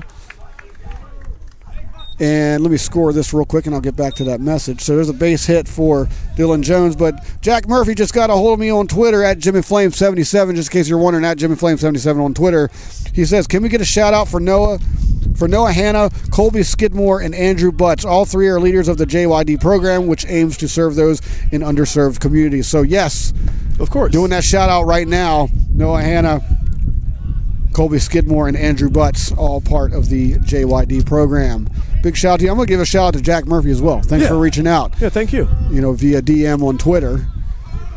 So there you have it. And get back here. Current count is 1-1. That was a strike the last pitch. Thank you so much. And speaking of Andrew Butts, that's who's at the plate right now. Ooh. Inside. A little close. He's DH today. 2-1 to him. Keep those shout-outs coming in, though. Yeah, I imagine that shout-out may have come in over into the YouTube comments. Wait a second. That's foul. Was it in YouTube? I just it may have. I remember. Well, I didn't get a chance to go through it because obviously I'm working. But I saw the. But I did see that the JYD was. They were mentioned. Yeah, JYD was mentioned. Because remember, first I was like, oh yeah, Junkyard Dog, baby. Yeah, I know. No, it's part of a community program. There's a ground ball. Shortstop scoops it up, fires the first way too late on that one. Well, you know what? That ball took a long time getting out towards the shortstop. Right. They're going to count that as a single, though. But yeah, it's just another tail of the field eating up the ball right there. Yeah. Took forever to get over there for that shortstop to get to it. So the Trojans, they have two men on base, no outs on the board. Back-to-back singles here to start the top of the sixth. And Julian Jennings steps in. Strike right down the to middle. The inside. Right in the breadbasket. Junkyard Dog. You know, I know we're both wrestlers and wrestling fans. Right. Not everything is about wrestling. Come on, man. Strike to the outside corner. 0-2 to Julian Jennings. Can't help it. But needless to say, they're the shout outs, going to members of the JYD program, do a lot of good stuff in the community. Oh. Ben Hall put everything he got into that pitch, and it was 1 ball, 2 strikes. Runners take their leads. Ben Hall looking in, looks back to second, fires home. Strike 3, sit down, looking. Wow. And man, Ben Hall and the Lions in general needed that in this particular half inning, because things were starting to look a little bleak. But also Ben Hall just fired that ball in about the only spot he could put it where it would absolutely freeze the batter, and he did. So that's 1 out. Zach Johnson steps in. Fastball, same spot, outside corner. Strike 1. It's a hot spot. It's a good spot. You're playing MLB The Show 22. You know what I'm talking about? Hey. Put it in that spot. They ain't hitting it. That was a little bit too far, though. There's a ball right there. 1-1 to Zach Johnson.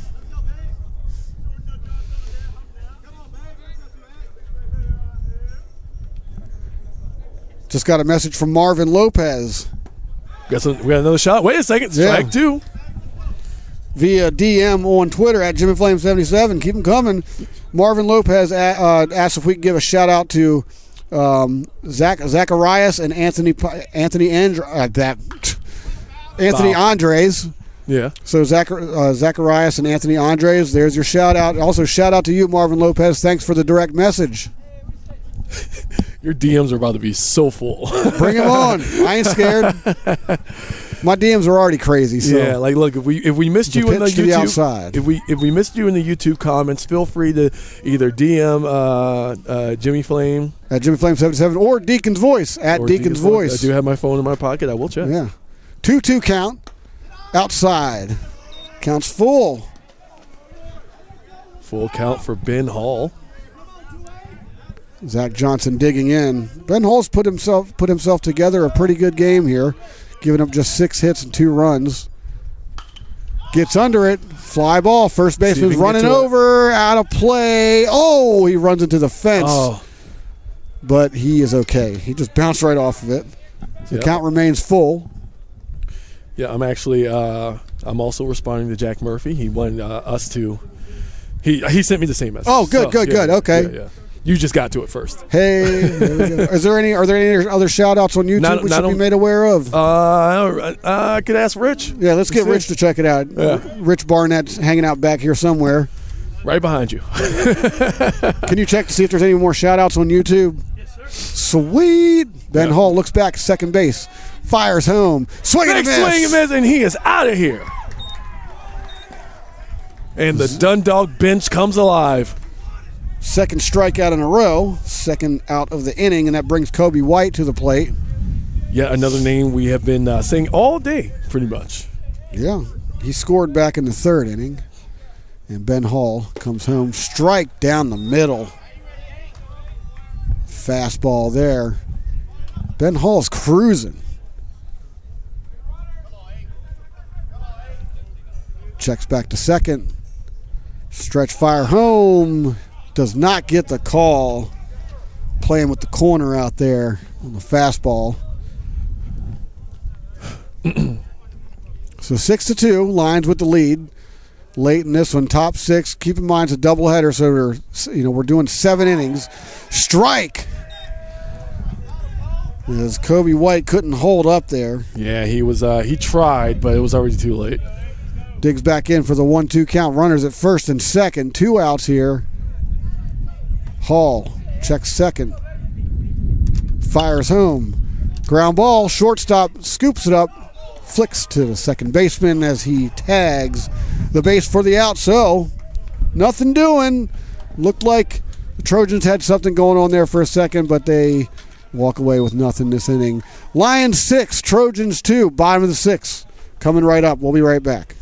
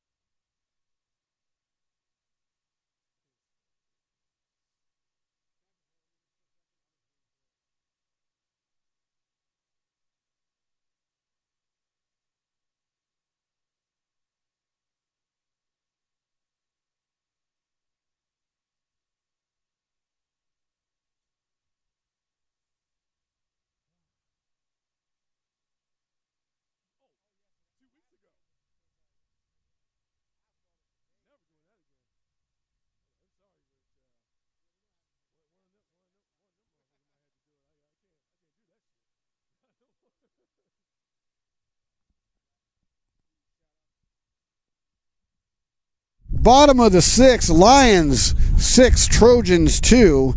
Tale of 2 games as game 2 of this doubleheader. Pretty much all Lions so far.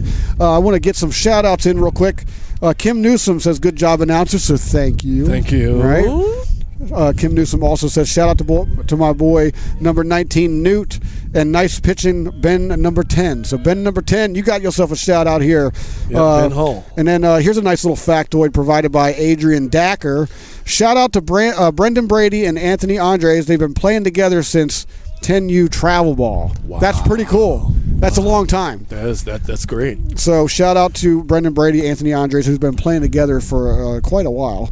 Let's see here. What kind of stories you like to hear? Yeah, Vera Berryman, give it up for my heart out there. Number 20, Berryman. There you go. Ooh. Shout out to Brendan Berryman. And then, I can't quite see this one. There's one more after that. Tara Cherry, looks like. Shout out to Kobe White from Arizona. There you go. There it is. So there's we caught up on the shout outs here as Pop Fly. Is it out of play? First baseman goes over and makes the catch. So that retires Ivan Gonzalez for the first out of the bottom of the 6th. Yeah, pretty sure that's going to be his last at bat today.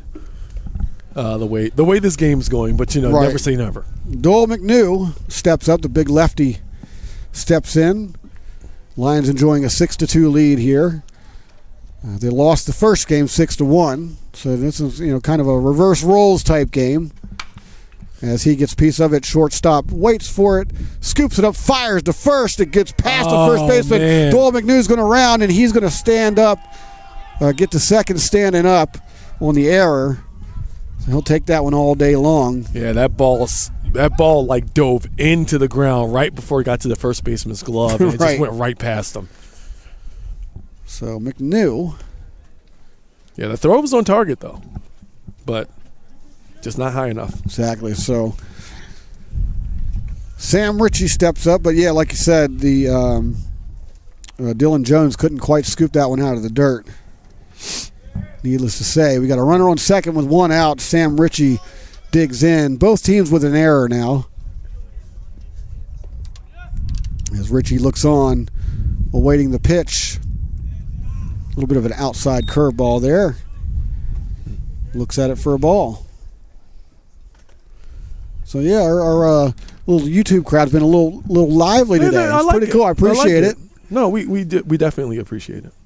And he rifles this one right up the middle. Base hit. Boom. McNew is coming around. He's going to come in to score. Standing up. Now you can finally say standing up. Right. Standing up, Doyle McNew adds another to the board. 7-2, Lions lead. And Sam Ritchie gets the RBI there.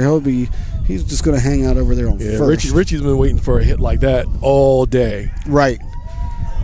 And he's going to pinch runner. So as soon as we find out who that is, Sammy Kahn. So Sammy Kahn's going to replace Sam Ritchie. Sammy for Sam. It's number 4. So Sammy Kahn's out there now. Put some speed on the base there.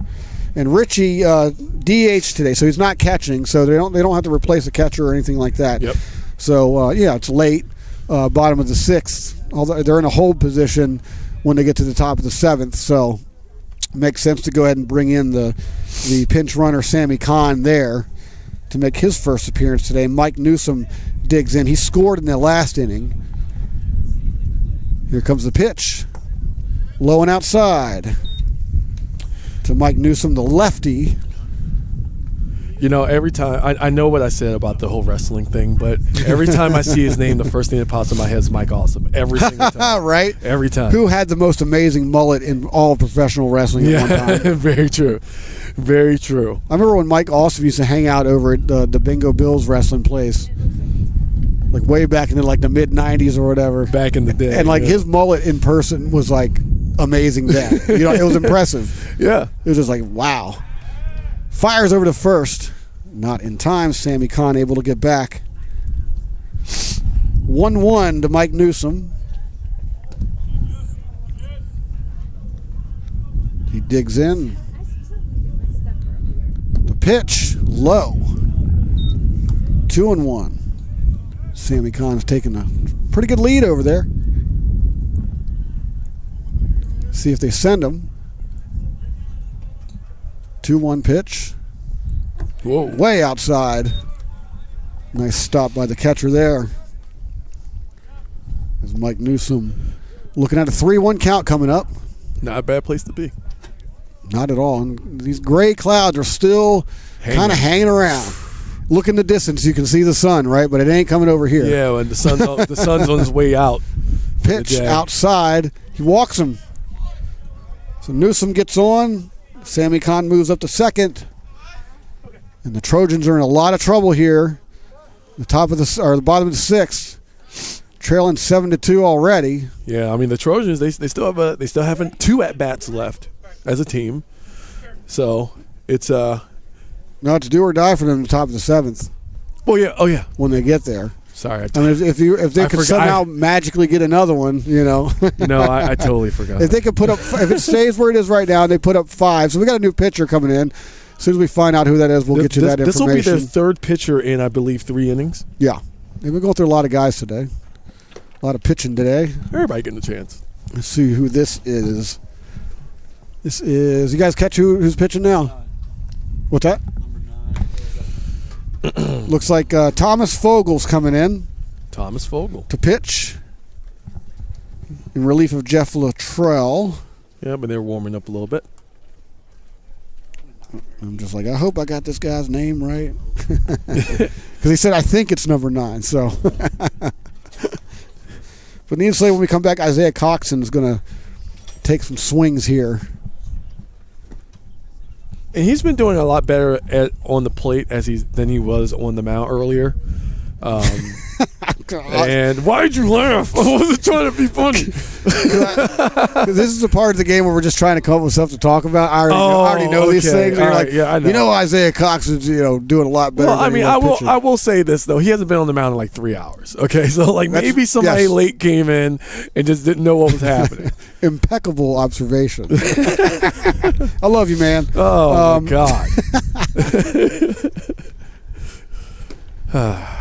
We're sorry. Needless to say, yeah, exactly. We're really sorry. Well, I hope the viewers out there are enjoying this ball game, just like we are. I'm loving it. I'm standing in the eye of the tornado. I'll call a ball game. I'll call a ball game in the cold any day over doing most other things.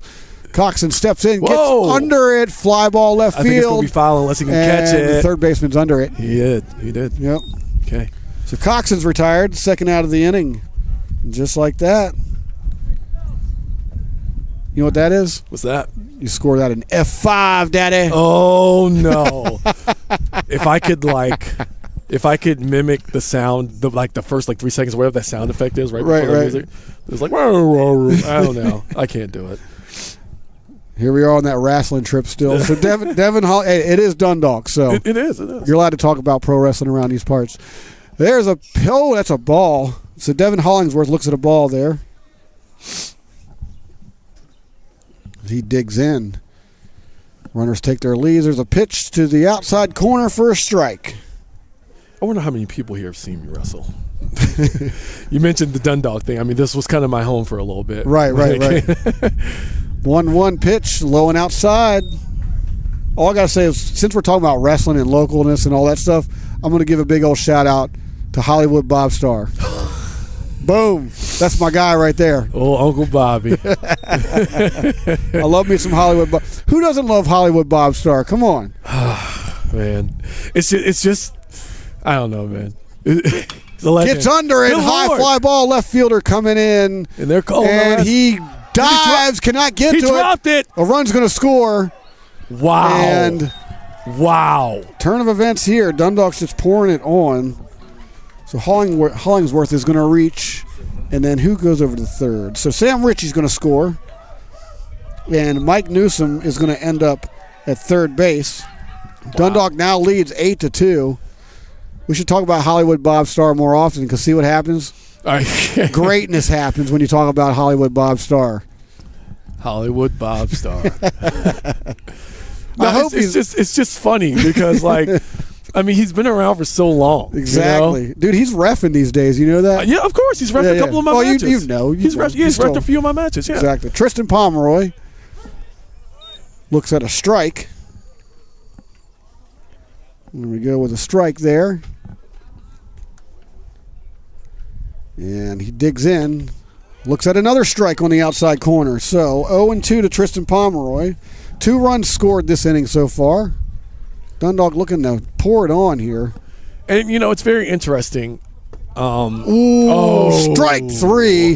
That ends the inning. So Tristan Pomeroy goes down on strikes, but not before the Lions can put up 2 runs. They lead this one 8-2. It's do or die for the Trojans when we go to the top of the 7th. We'll be right back.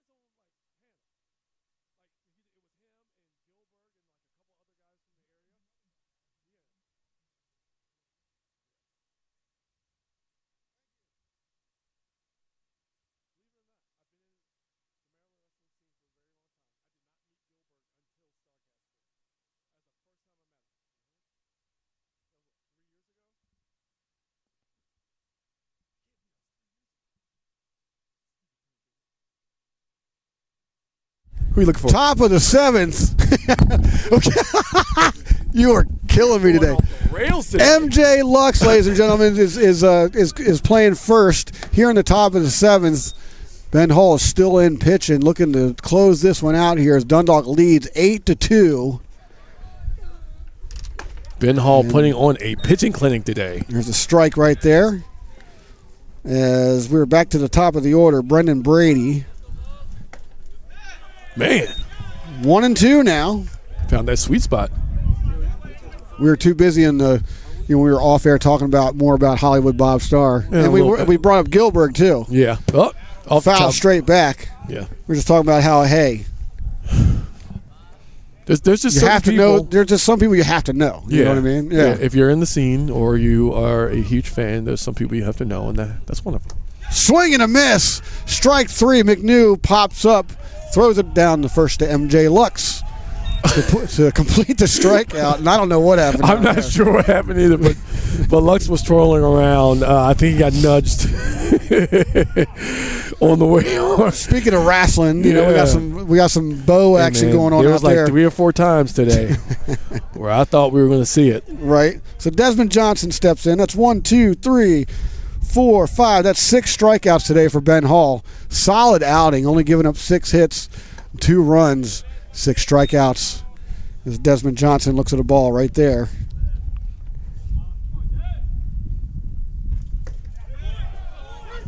Man, Ben Hall really knows how to put it in, tuck it in that corner. Right. And I stand corrected. It's 5 strikeouts, by the way.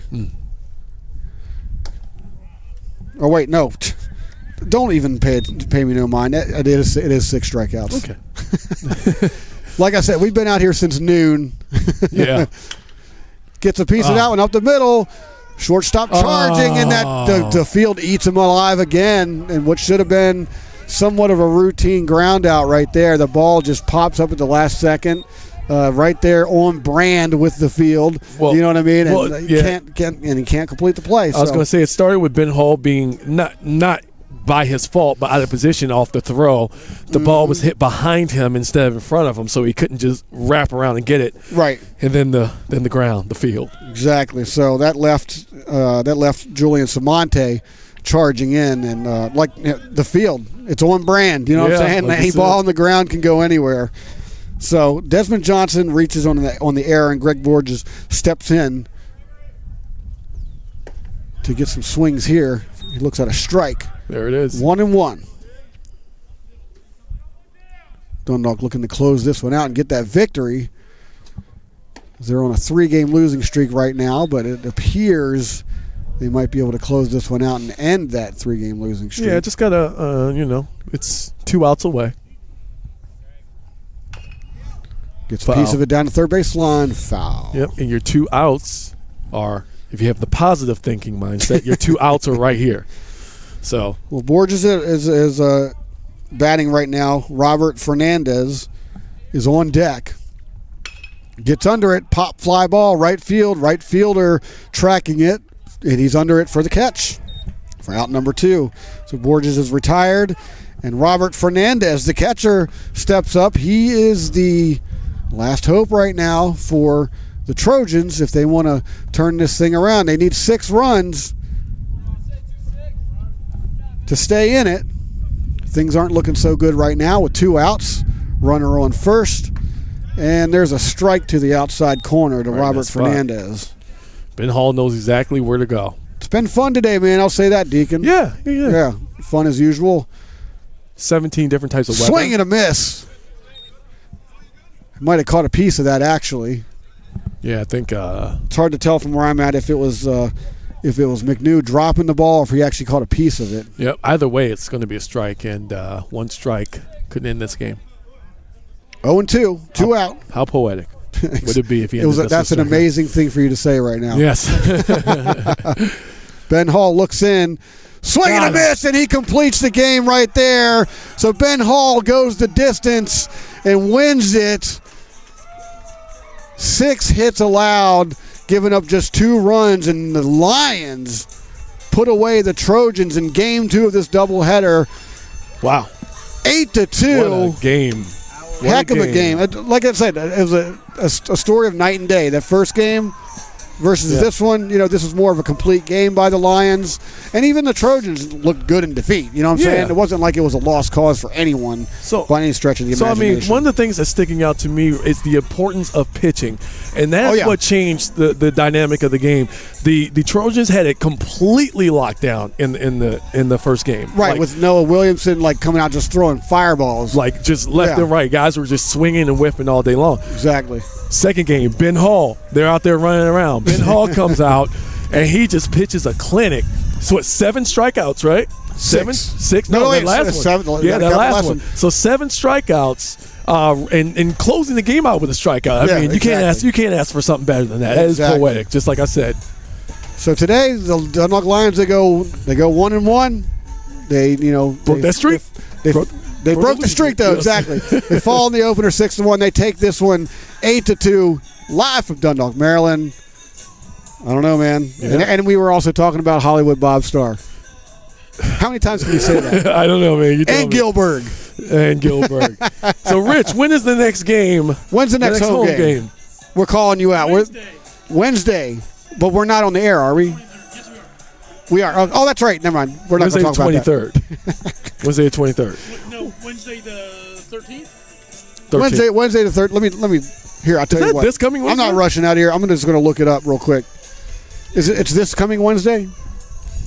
All right. This coming Wednesday. There you go, ladies and gentlemen. This coming Wednesday at the 13th.